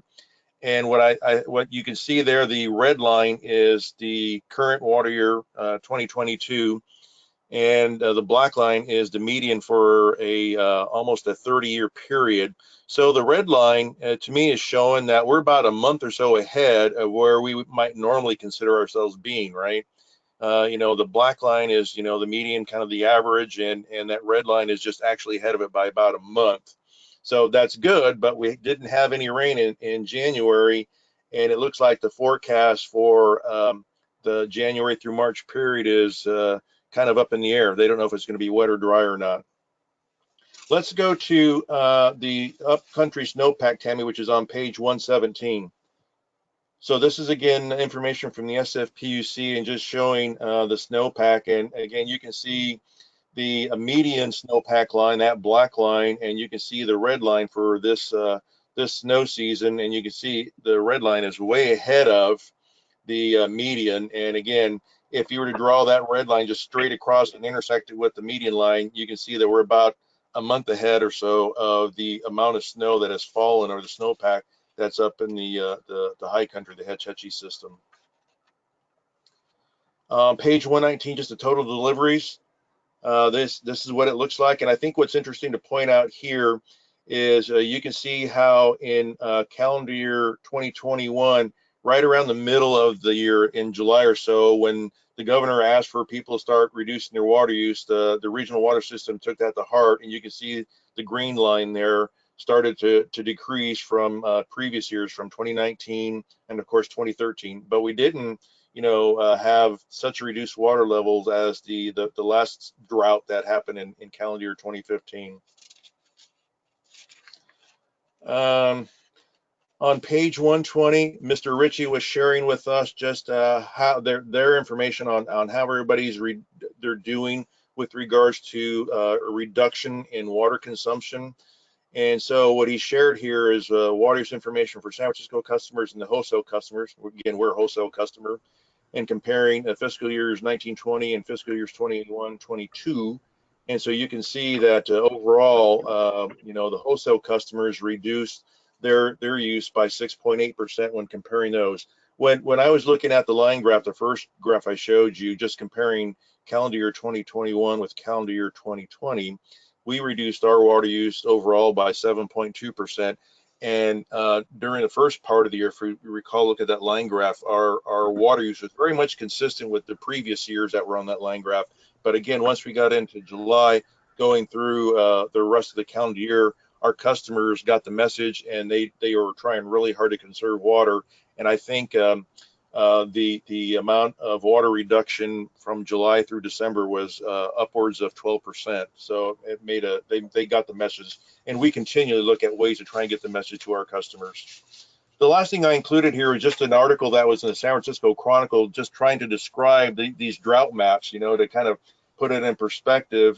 So I hope you had a chance just to kind of read it. The things that I pulled out of it were actually on the last page, on page 122, and the second paragraph. It said that this map, it's not a forecast, it's just a reflection of precipitation from the past week. And the map takes into account precipitation, but it also has a bunch of different indexes, including groundwater storage, river levels, soil moisture, satellite-based assessments of vegetation health, and other things in there. So, you know, what basically they're trying to say is you can't make it or take it that what there is gospel. They're using a whole bunch of data just to try and give you an idea of what's going on with regard to your, in our case, we're looking at California, the drought picture, and there's a whole bunch of different things that make up that drought picture. But obviously enough, you know, when you get a substantial rain in a month, it can have an effect on the drought. The point being, though, as well, too, with these maps that we're seeing, we're still not out of the drought until, you know, the California map turns white or maybe a light yellow. We still have some sort of drought conditions. So that's kind of what I wanted to share with the board members, and be glad to try and answer any questions if you have any questions. And then Jeanette's going to talk a little bit about and answer any questions the board members may have with regard to water conservation activities with the district.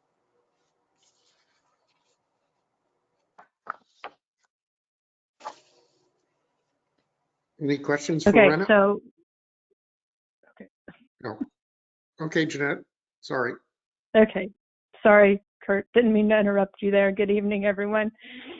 So I just wanted to talk about a couple points on my third and fourth quarter combined water conservation staff report. Hopefully everybody had the opportunity to review that. Just real quick, I wanted to touch on our 2022 activities.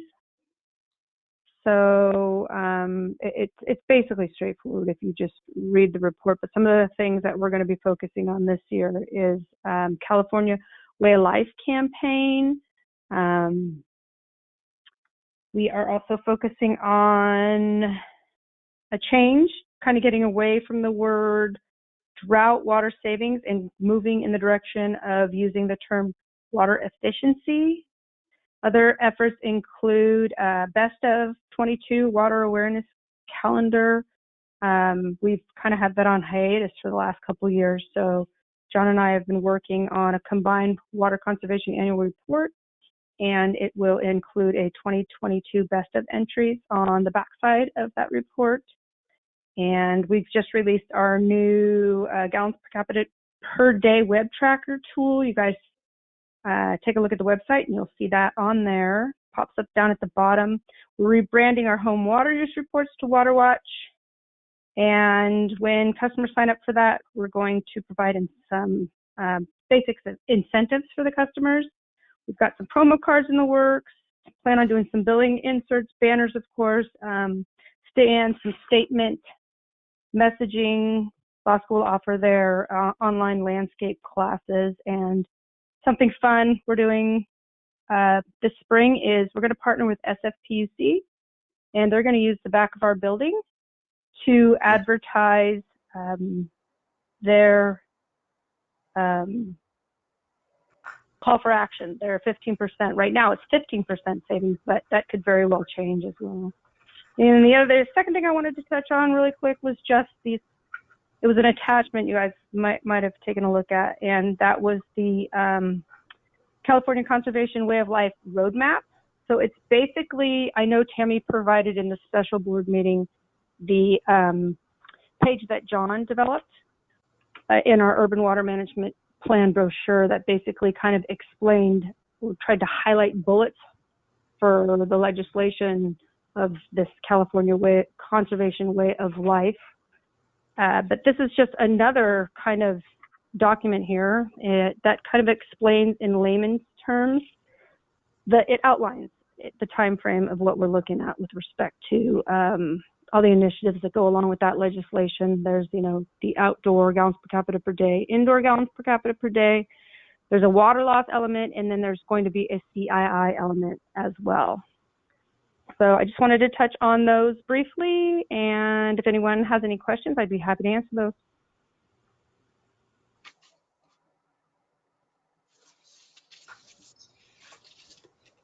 I'm just scrolling through the pages now, Jeanette. Okay. Who's going? Me? Louis? Yes. Thank you. Jeanette, I saw that the operations conducted a virtual walkthrough through Three Dare Lane. Can you talk about that a little bit? How did you guys do that? So the green business certification? Is that what you're referring to? Yes. So what Stan did was, with the representative that's helping us recertify through this green biz, he was on his phone, and then Sean, our rep, was on his phone. And together they just walked through the building and looked at all the measures. For example, like they look at the exit signs, and then they want to see our light bulbs at their LED. Oh, you did like a FaceTime thing? Right. Yep. Okay. Exactly. All right. Okay. All right. Okay. That's it. Thank you. You're welcome. And Brian? Yeah. Two comments. First, I want to thank both Rena and Jeanette for the extensive information here. It's very helpful. I particularly like the road efficiency standards graphic. So that gave me a bit of a better handle of what that legislation is all about. I'm sure there's far more details than that, but that was helpful. And my other comment being that the information that Rena presented most of the data stopped at January 1st. It looked good then, but it's been a pretty dry month. And my understanding is that it's looking dry for the next 2 weeks going forward. So, so we're probably pretty close to average now, as opposed to way ahead of average as we were before. So we're not out of the drought yet. Thanks.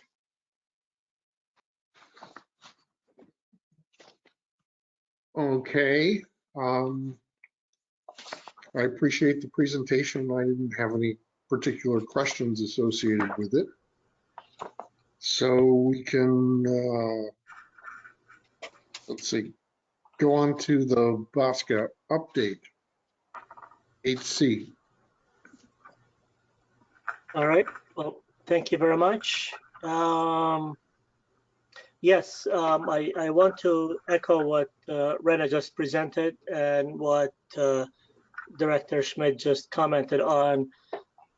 We definitely are not out of the drought, and we had a similar presentation at Bosca from Mr. Ritchie from SFPUC, and definitely the encouraging numbers that we saw in November and December, it was pretty exciting to see those reservoirs getting full and the snowpack, and it was the type of snow that has a lot of water contents. It was pretty exciting for the entire state, but you know, January proved to be pretty dry, and it looks like maybe we may have some precipitation towards the north of the state in the first part of February, but definitely not enough. So hopefully we'll have a wet February and March, because otherwise we'll have to continue to do these. The voluntary conservation may become mandatory. At the BASCA meeting last Thursday, it was the first meeting of the year, so we elected a chair and a vice chair for BASCA for the year 2022. And as you know, most of the chairs will serve for 2 years. So we re-elected Gustav Larsen from Menlo Park as chair, and vice chair is Tom Chambers from Westboro for this year. So this will be their second year as chair and vice chair.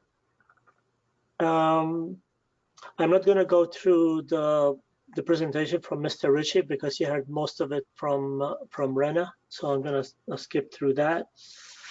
The other thing that I wanted to mention is that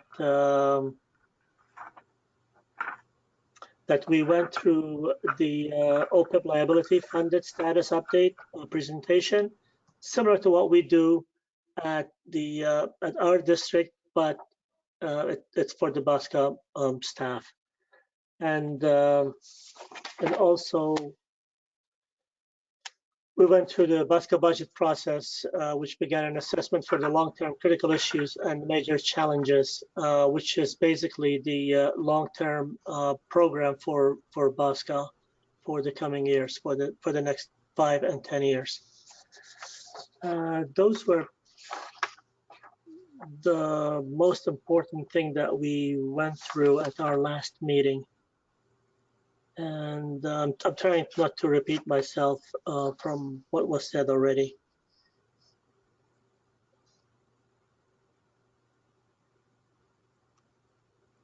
Yep. That's it. And I don't know, Tammy, if you want to add something from the managers. Two things. Yeah, thank you. I was going to just the two things is that the water supply amendment, the agreement amendment, we have that scheduled on the board's March regular meeting agenda. And Nicole Sankula, the CEO, will actually be here too, just in case there's any questions.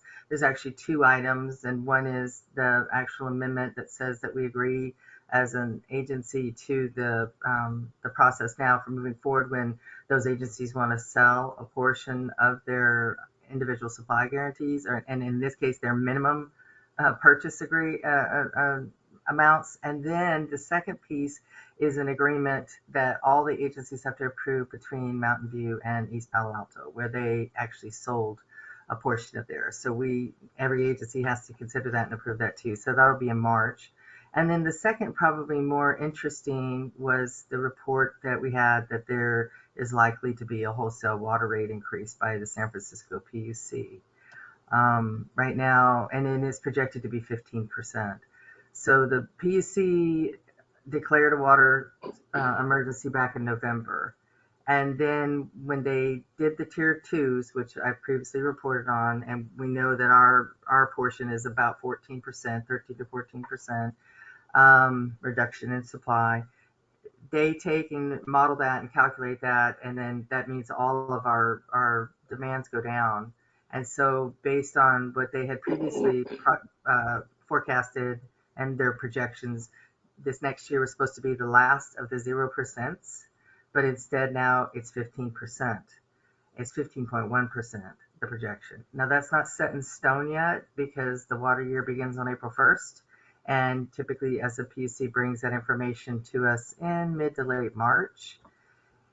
For us at the Mid-Penn Water District, we don't have a rate plan in place right now, meaning we would have to do a Prop 218 to do a pass-through, which is what I would recommend that we do. So we're preparing for the fact that we'd be doing a Proposition 218 process just for a pass-through. I wish I had better news. That 15.1% is actually taking into account that the SFPC, will be using $40 million of our $80 million balancing account, and it may get absorbed up again next year. So I just say, get out, do whatever you can, rain dances, prayers, whatever, and hope for another big, huge event in February so that we maybe don't have to face this issue. But as it stands right now, as previous speakers have mentioned, with the dry January and the forecast not looking much better in February, it looks like that we may be facing a consideration of a rate adjustment. So I just want to give you that heads up. It's just a little bit of a heads up for now, but I wanted you to know what we know. And that was it from Boston. Unless, Brenna, you can remember you have anything else that you might have. No, I was just going to remind you that mention the Mountain View and East Palo Alto, you got that, and then also the rate adjustment proposed. Yeah. Perfect. Tammy, a quick one for you. The rate increase, was that mentioned at the GM meeting? Yes. And when was that? This was mentioned at our water managers meeting on January 6th. Yeah, January 6th. It's just that, right, Brenna? It's just that Brenna and I couldn't. We both had commitments. Okay, so he had to go to HIA and make a presentation, and I can't remember where I was needed at. So we had to bounce off the meeting early, and we couldn't get to stay for that part of the discussion. So we actually had a separate meeting because I wanted to hear from Bosca staff exactly what that was about, and that's why we met with Nicole and Christina Tang earlier this week. Okay, so it's still in the rumor mill because it was not mentioned at the Bosca meeting. Because when you said I said, wait a minute, it's not even on my notes here. What is she talking about? But it's still preliminary. It's still preliminary. Very preliminary, but it's looking at it more so that it's going to go some way to some type of rate adjustment. Okay, so I just want you to hear from it so it's not a surprise. Okay. Correct. Good point. Thank you.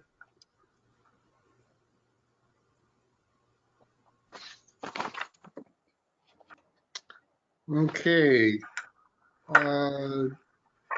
Moving on to section 9. Management reports, general manager. Okay, so I was just gonna, I wanted to point out that I attached to the staff report the updated revised schedule for the GM recruitment. And this is based on feedback that the board gave. And the first meeting is slated for February 1st with the ad hoc meeting. It's a virtual meeting with President Wheeler and Director Zuka. And so that has been scheduled, and I sent them an invitation today. I will mention, Lewis, that Matt's out of town dealing with a family emergency. And just in case something happens and he can't make the meeting, he wanted to see if you would be his backup for the meeting. It's a kickoff meeting, and it's planned for Tuesday at 10:30. So I'll get with you tomorrow. Okay, you don't need to make a decision now. But he did text me today and ask me that. So I'll get with you tomorrow and see if maybe you can serve as a backup. Okay. No, I'll be happy to. Just make sure you give me enough notice, and I'll block the time. I'll be happy to cover. Okay. Absolutely. Thank you. I'll let him know that too. Yep. So that schedule, we're moving right along, and as I reported, there was just a lot of data gathering and photos that we took that, they're just such nice photos, some drone shots that we got. And so I think you'll be pleased, and they were pleased that they have a large selection to choose from, as was John Davidson with all the photos. We multi-purpose the photo shoot, so we have those, and then we have actually some really nice photos of our infrastructure that we needed for our RRA and other internal documents. So we just made a half a day of it with the photographer, and definitely got some, like I said, I really appreciate the drone photos that he did, flying atop of the tanks and getting more of a geographic view and photo, just really nice photos. So, and they're all high resolution, and that's what the consultant requested of me. So that's what we did. So I think you'll be pleased with what, you'll end up choosing for the GM recruitment brochure. And then the other thing, we've already delivered the submittals to the professional accounting services and the district treasurer, and that'll be on your board agenda next month for your consideration. And then I put in here this proposal, and I know Director Schmidt, I think you reached out to me this afternoon with some questions with regard to us bumping up our employee wellness program. One of the things that we're doing, we haven't formalized or finalized this because I said I wanted to present it, in my report this evening, but I'm trying to find ways. We've definitely had a lot of folks out with the virus. It's fortunately been staging, and the rest of us who haven't gotten it don't want it. Thank you.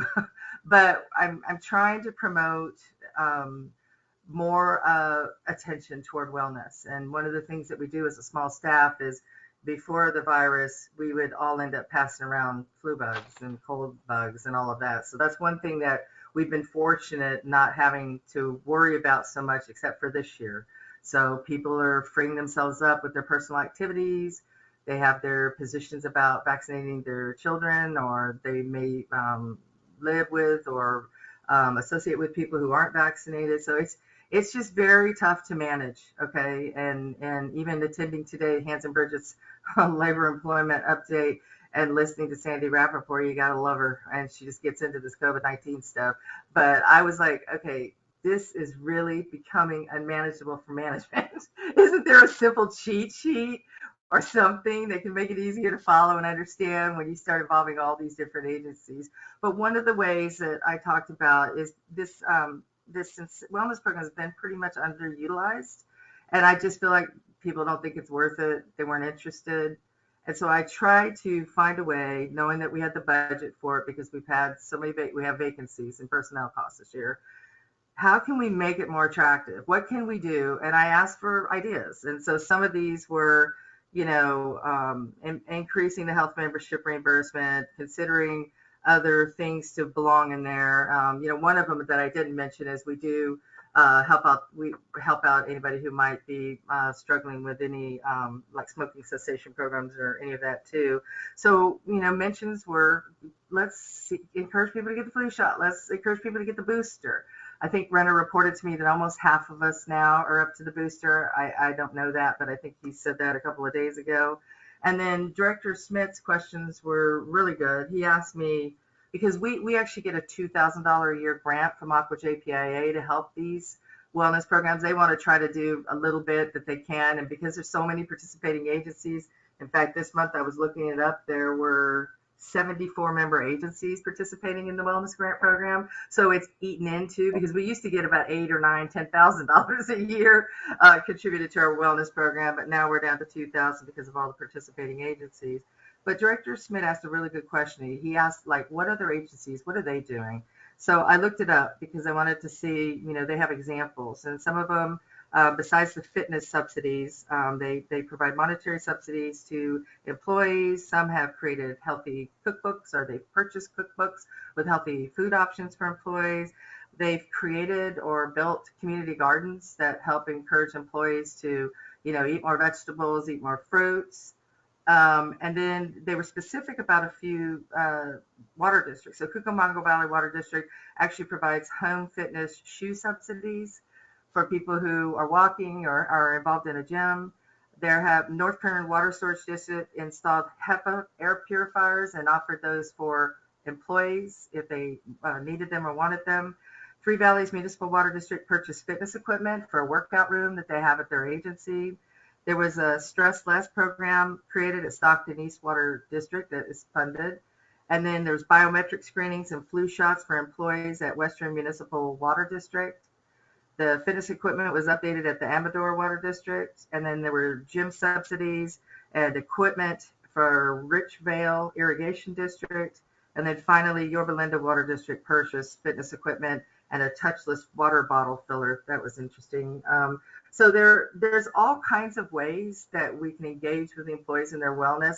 And because the program has been pretty still and there hasn't been much participation, I tried to seek ways, got that input, and then tried to, putting it into this program to say, what would it take? What would it take for us to ensure that we can stay as healthy as we can in our organization? So with that, we welcome feedback, because this is something, like I said, I would take back to the staff. We haven't finalized the mandate program yet. As a result of the legislation this week handed down from the governor's office with regard to the up to 80 hours for businesses with 26 or more employees. As you know, we don't have 26 or more employees, but I do get asked that question, why don't we get considered for that? Because we're at 26 or more employees.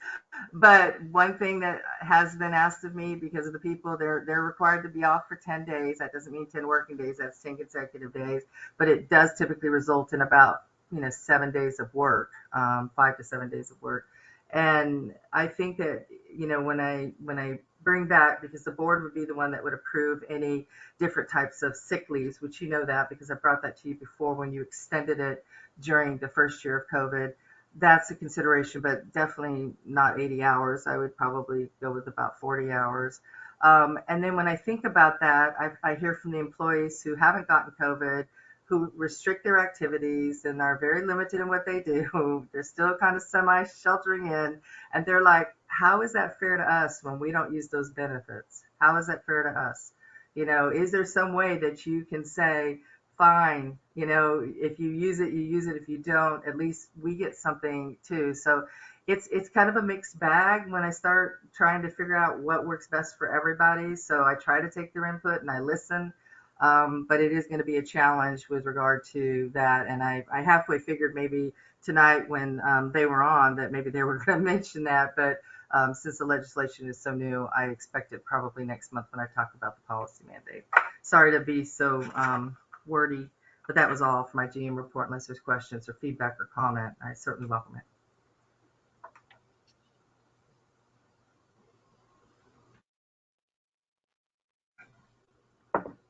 You're muted, Kirk. Do you want me to go ahead?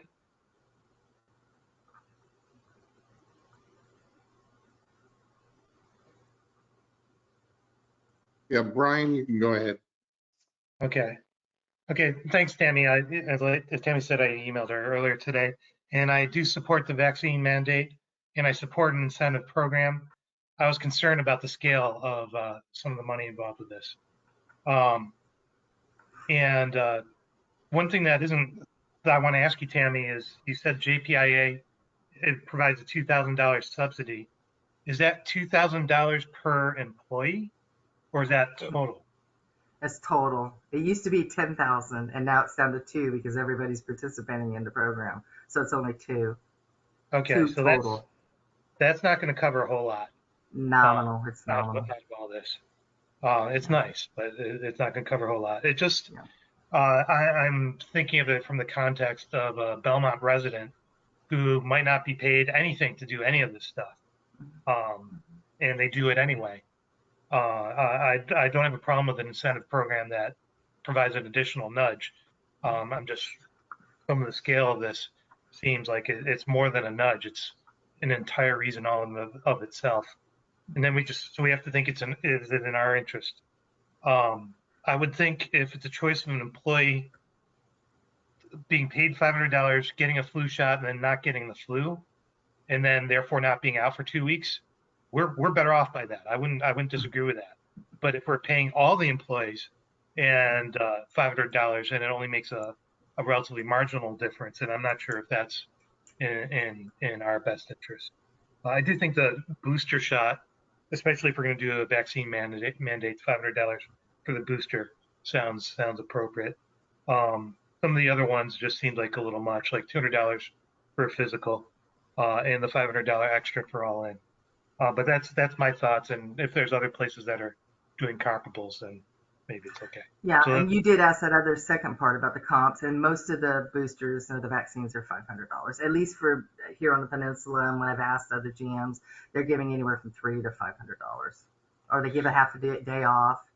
So there's various ways they're providing incentives for vaccines and boosters. So I appreciated that. I forgot to respond to that question. And just to add, for also, you had clarified in your email back to me the COVID-19 booster or any new vaccination. That's any new COVID vaccination. It's not $500 for any vaccination period. Yes. Yeah. Thank you for that. Because I don't know what that's going to be, right? So, I mean, some people might not even make their booster, right? Because a new vaccine might be offered. I don't know when that's going to be. So you were absolutely right. That's what my intention was. Thanks.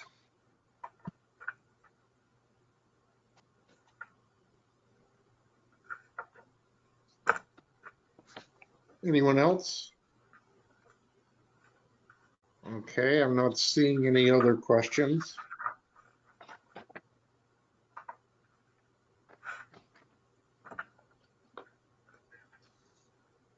So let's see. Do we have a report? We have something for administrative services.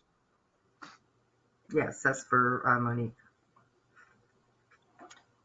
Tammy, did you want to talk about any of those, either of those programs that we talked about? Oh, you know what? I do want to mention that. Thank you for reminding me, Monique.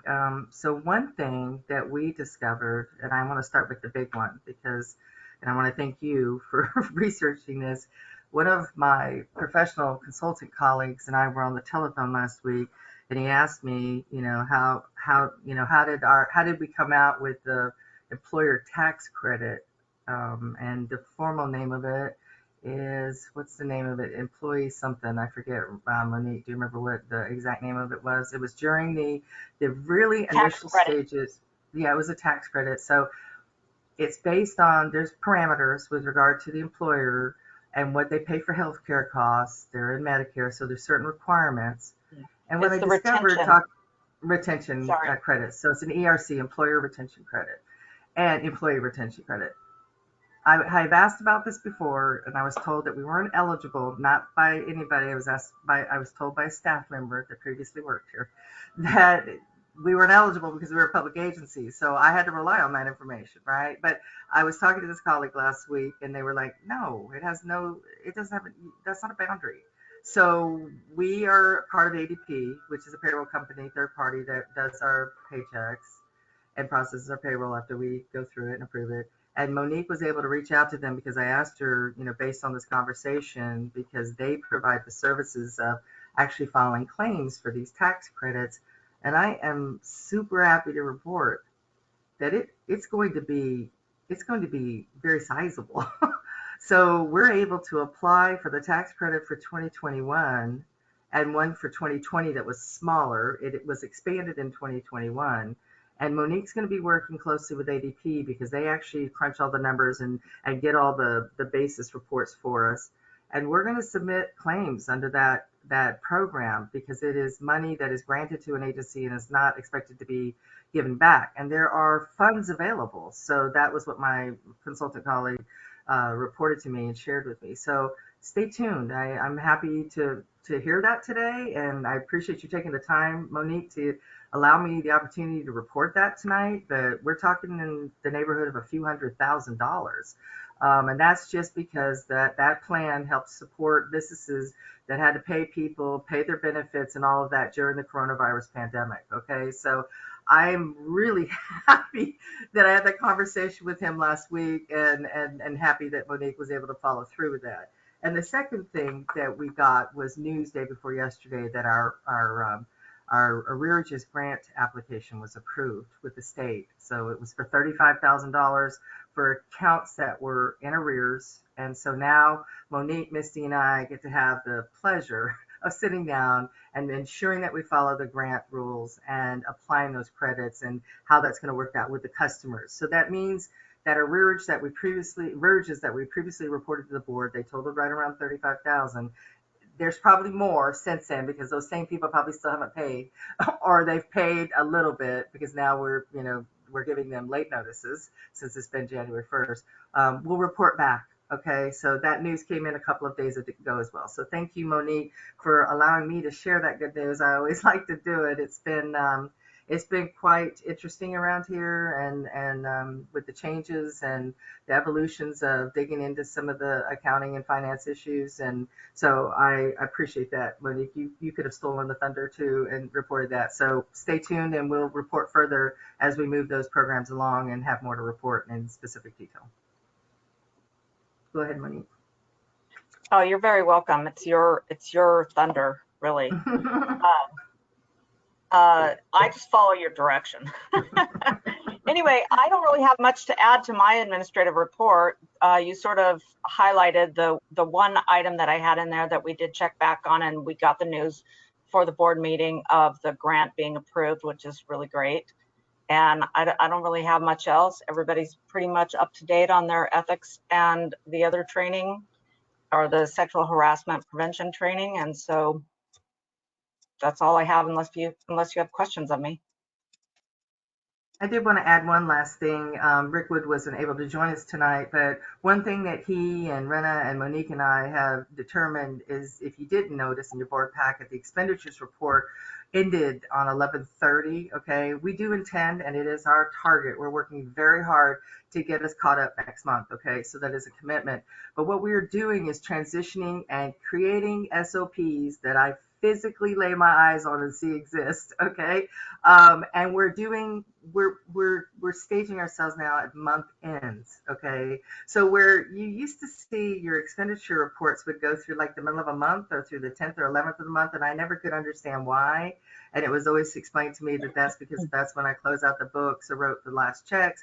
We're now doing things based on month end. It's just easier to track. It matches our general ledger, and matches the balance sheet. It's just going to be easy moving forward as we bring in the professional staff to take over those functions, so that they know everything matches up. So I just wanted to add that little bit, that that's what we're going to be doing moving forward. So your next expenditure report, since that one ended on November 30th, you'll see December 1 through 31, and you'll see January 1 through 31. Okay, and that's how it's going to be moving forward. So thank you. I appreciate that. I just remembered that when I was scrolling through the report.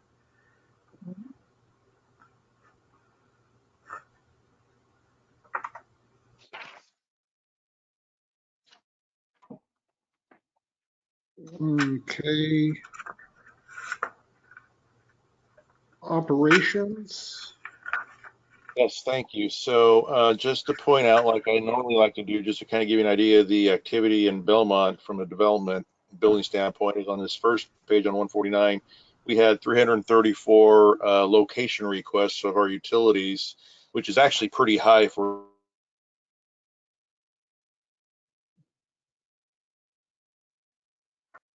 We lost you, Rena. Rena.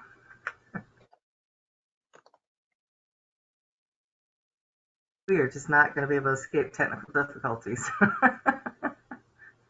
Hanson Bridget was fun today, Catherine. I don't know if you were on, but one video kept playing every time they swapped slides, and I kept thinking they must be having so much fun with their seminar, listening to that go over and over.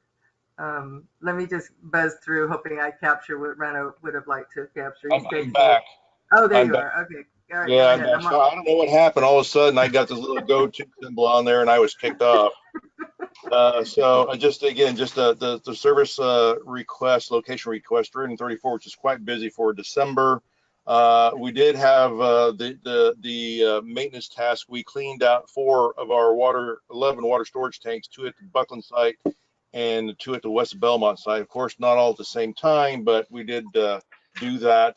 And then on page 151, I just wanted to point out that one water leak that occurred on January 1, Saturday, of course. Normally, when we have a water leak, we typically have on hand the parts to make the repairs. You know, so we try to get out there, and if we have to notify customers, we do that and so on, then we effect the repair. On this particular day, the water main where we had the leak on Alameda Dos Pulgas was a 10-inch water line, and we didn't have the parts to do that. But normally we have an after hours number that we can call. Core and Main, used to be Robertson Broom, and get a hold of somebody for spare parts, even in the middle of the night. But on that day, for whatever reason, we didn't have the spare parts.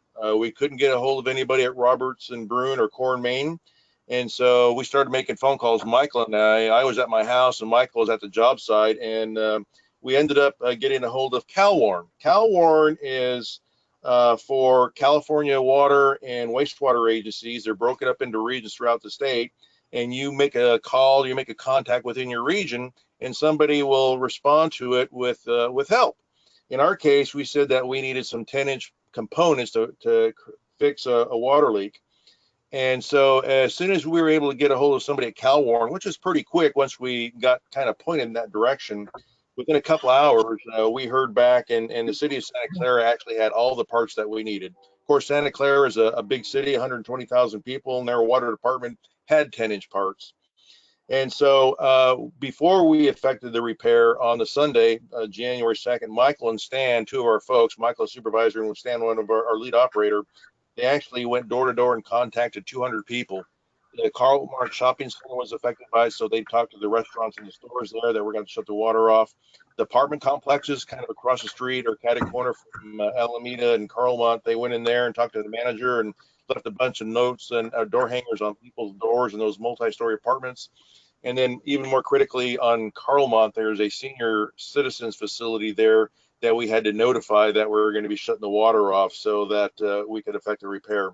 So while all that was happening, this water line, and you'll see some photos on the very last page of my report at 153, that crack in that water pipe, that 10-inch water pipe was spewing out water. And we estimated we lost about 96,000 gallons of water.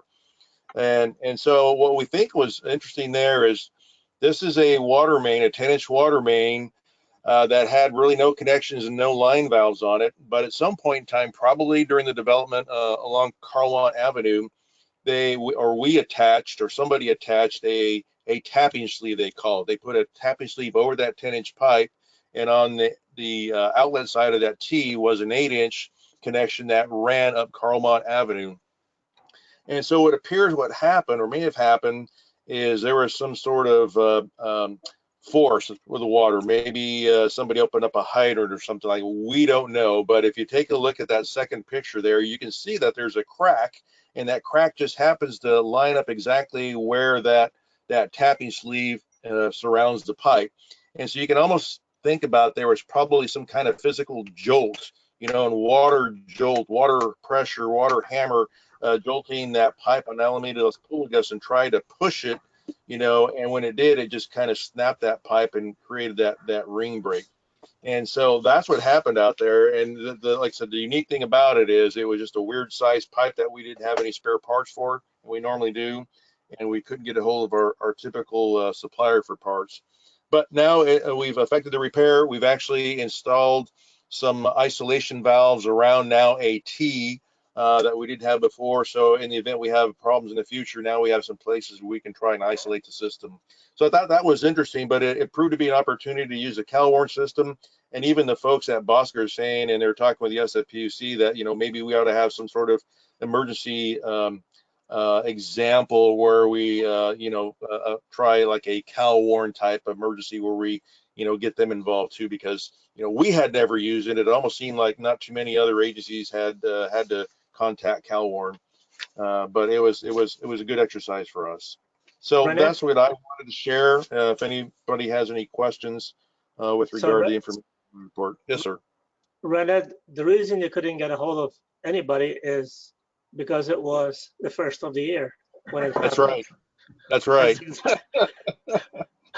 And by the way, my compliments. I stopped by there again and I saw the three valves, the three line valves, and it looks so much more professional, the way it should have been done originally. I think whoever did it did not know how to tap a line properly, because they just got whatever they wanted, and they did not install a T and isolation valve so that they could actually shut the water off. It's a shame that they did it that way, but it's done now. Go ahead. Yeah, something else that came out of this is, we had a number of people who saw the water continuing to leak. They know that we typically get out there right away and effect water repairs. And so after this, we had a little debriefing session. We talked about we need to come up with some kind of signage. So we created some signs. We went to Fast Signs, and they made 4 signs for us of 2 different types. One that says there's a water project underway, and here's a number that you can call. And then another one is about water repairs. There's a water repair underway, so we can put out there on a I'm drawing a blank here. I'm getting sleepy, I guess. Door hanger. It's on a barricade. It'll lead people to our website, because as you know, if you go take a look at our website, we go in there and update periodically when we're effecting water repairs to let people know what's going on and when the water is going to be turned off and when the water is going to be turned on. So next time you see a water main repair, don't be surprised if you see a big old 3x3 sign out there letting people know where they can contact and get information. Yeah, well, in this case right now, the valves to shut off the water were so far away that even if we lost water in the lines themselves, there would have been a lot of water lost, because the isolation valves were so far away. Right. Right. I think it was a bad design originally, you know, but sometimes things happen for a reason, and I'm glad that we were able to fix it the way it should have been done originally. Good job. Thank you.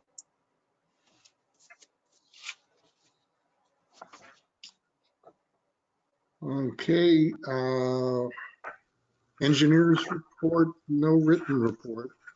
Juven, I guess he's off. Your report, Director Wheeler. Okay.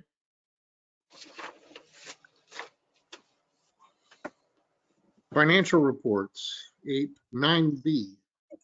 So you'll see this month that we have the budget summary for through November 30th. And the target, we left this in the same format. We're working on a new format, actually, that will be easier for staff and more efficient to produce. Right now, the year-to-date target was 42% almost. And for our revenues coming in, we're a little bit higher, 53.2. And then our expenses are coming in at 38.3, though. This is through November. So we have our lowest uses in the winter. So you'll see this kind of start to match up and start to get closer here and for December, January, February. The other statements that are typically in here, the profit and loss, the balance sheet, there's usually a comparison chart. We're going to work with the Board Finance Committee on some options in the next month or two and see how those will better suit the board. We think that, you know, the information, you know, based on Rick's experience with other special districts and water districts, and hopefully that'll be something that the board and the finance committee will say, yeah, this looks like this would better represent us. There's also an investment report that we should be providing to the board every month, and so we're working on that as well. So I'm looking forward. Changes always, you know, definitely. We are just all overworked right now in admin, and I'm feeling it, and so is the staff, and we're doing a really good job. We're trying to keep each other pumped up with the workloads until we can get an accountant hired. But at the same time, I think the change is good in that, you know, we don't get too comfortable in the way we've always done things, and that we look for new ways to do things better and to produce better reporting for you all as the governing body, and then for the public in general, so that they you know, trust and they have confidence in the finances that we're producing. So for this month, next month, our goal is to be caught up and to present you with December and January numbers in February and be back on track. And that's all.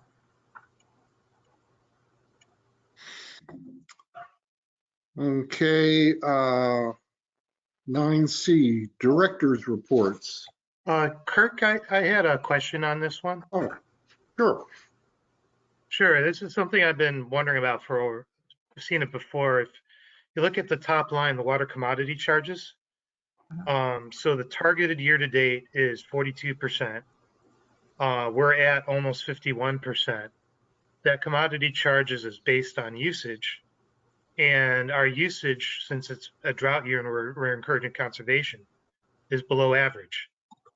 So are we underestimating what is the actual average usage for water? Are we lowballing that?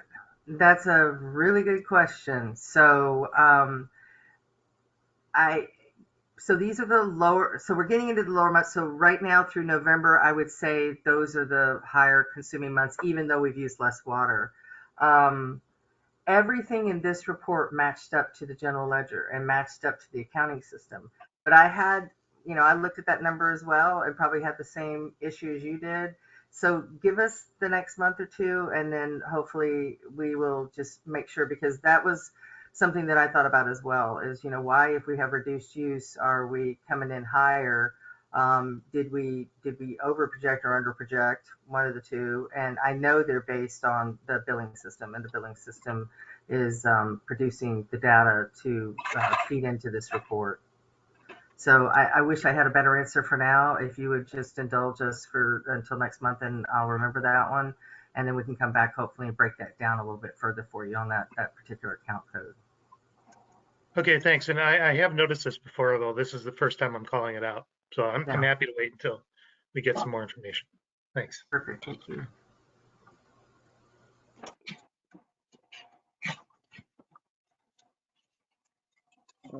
Director's reports.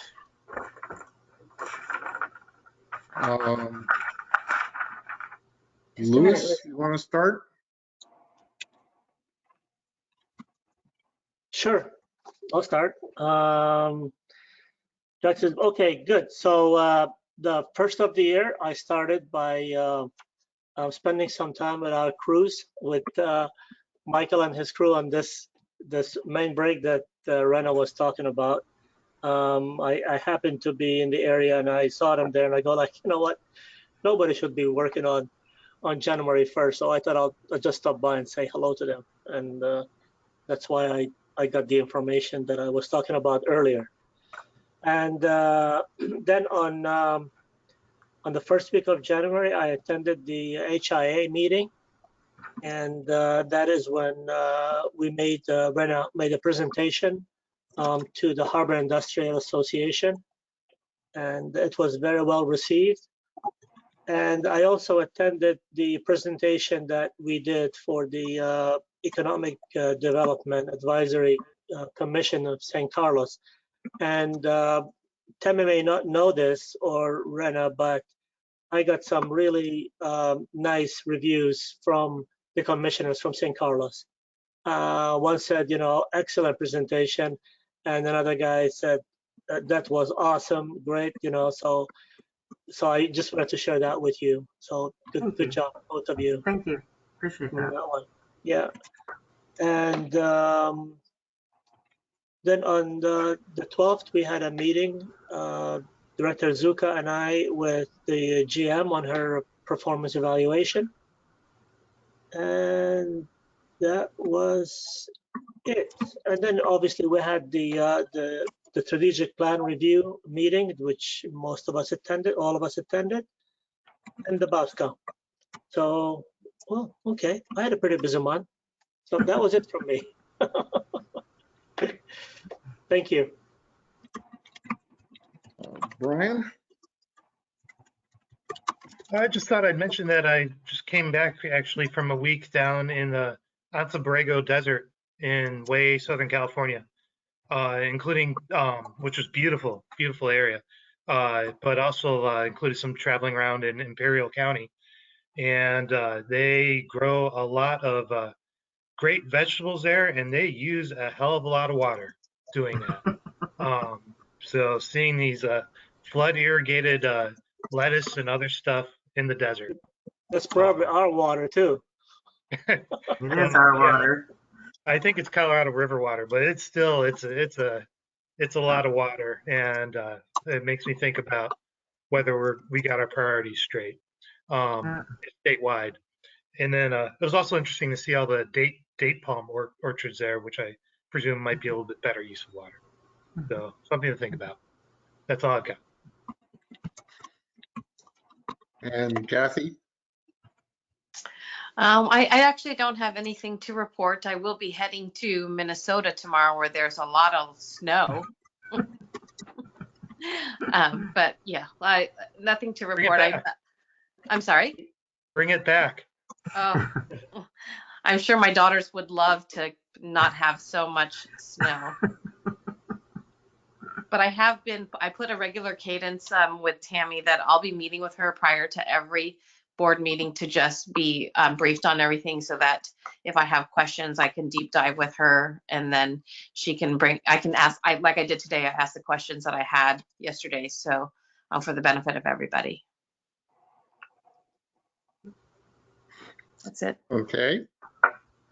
And I did not make it to HIA this month, but I did get on for the Zoom call for the San Carlos Community Development to get a chance to see Rena and Tammy's presentation. And it seemed to be very well received. And it was very impressive how much information. It's actually a little bit longer than Rena was giving us this evening. So there was a lot there. So congratulations to you guys on that. Yeah, thanks. They asked good questions, I thought. So they were very interactive. Yes. So item 10 on the agenda, communications. Do we have any communications that we need to discuss? No, none that, I mean, I sent you that one for the Aqua, I think it was Aqua that was looking for vacancies, but I didn't hear back from anybody if they were interested, but that's it. We don't have any other than communications to share. And then just one last thing I did share with you about the passing of Brad Burwell. He worked here for 15 years. He retired about 3 years ago, so he was here for, you know, a while. Well, I was GM, be working with his widow now in the next week on, you know, survivor benefits and all of that good stuff. But it would be an honor to the rest of the staff if the board would close the meeting this evening in his honor and his name. He was a really good employee, very well liked and respected because he grew up in Belmont. So a lot of people know him as well and went to school with him. So we'd appreciate that. Yeah, it's always difficult when someone you've known for a long time passes, even after they've retired. I'm not sure that I had a chance to meet him before he retired. Yeah, but, I did. And I think it's very fitting that we adjourned this meeting for his honor, you know, and on his name. And all I'm going to say is what I shared with Tammy already. It's sad.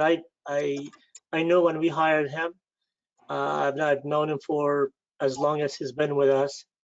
And all I could say to Tammy was that it's so sad to lose such a very, very simple man. And when I say simple, is that if I saw anybody who was very uncomplicated, it was him. It's the most uncomplicated person I've ever seen, you know. And anything that you say and all that, it's just like you're giving him a gift, and he's appreciative. And you go like, I didn't say anything special, but you see that he's happy just because you shared something with him. And we've had many conversations at my doorstep when he delivered the packages, and I got to know him, you know, on site too a few times. So it's a sad loss. So. Thank you. On that note, I guess we can call the meeting adjourned. Thank you all. Thank y'all. Have a good evening, okay? Good night, everybody. Tammy? Good night. Good night, Yes. everybody. Tammy, you're gonna back to me about that meeting? I will. I'm going to text you right after I end this meeting. How's that sound? All And right. I'll let you Very know good. when that is on Tuesday. Good evening, you Excellent. all. Thank you, Catherine, Okay. for joining us tonight. See you Good later, night. Kathy, Kurt. Bye-bye. Good night. See you, Monique and Good night. Ralph. Have a good one. Good night, everyone. Good night.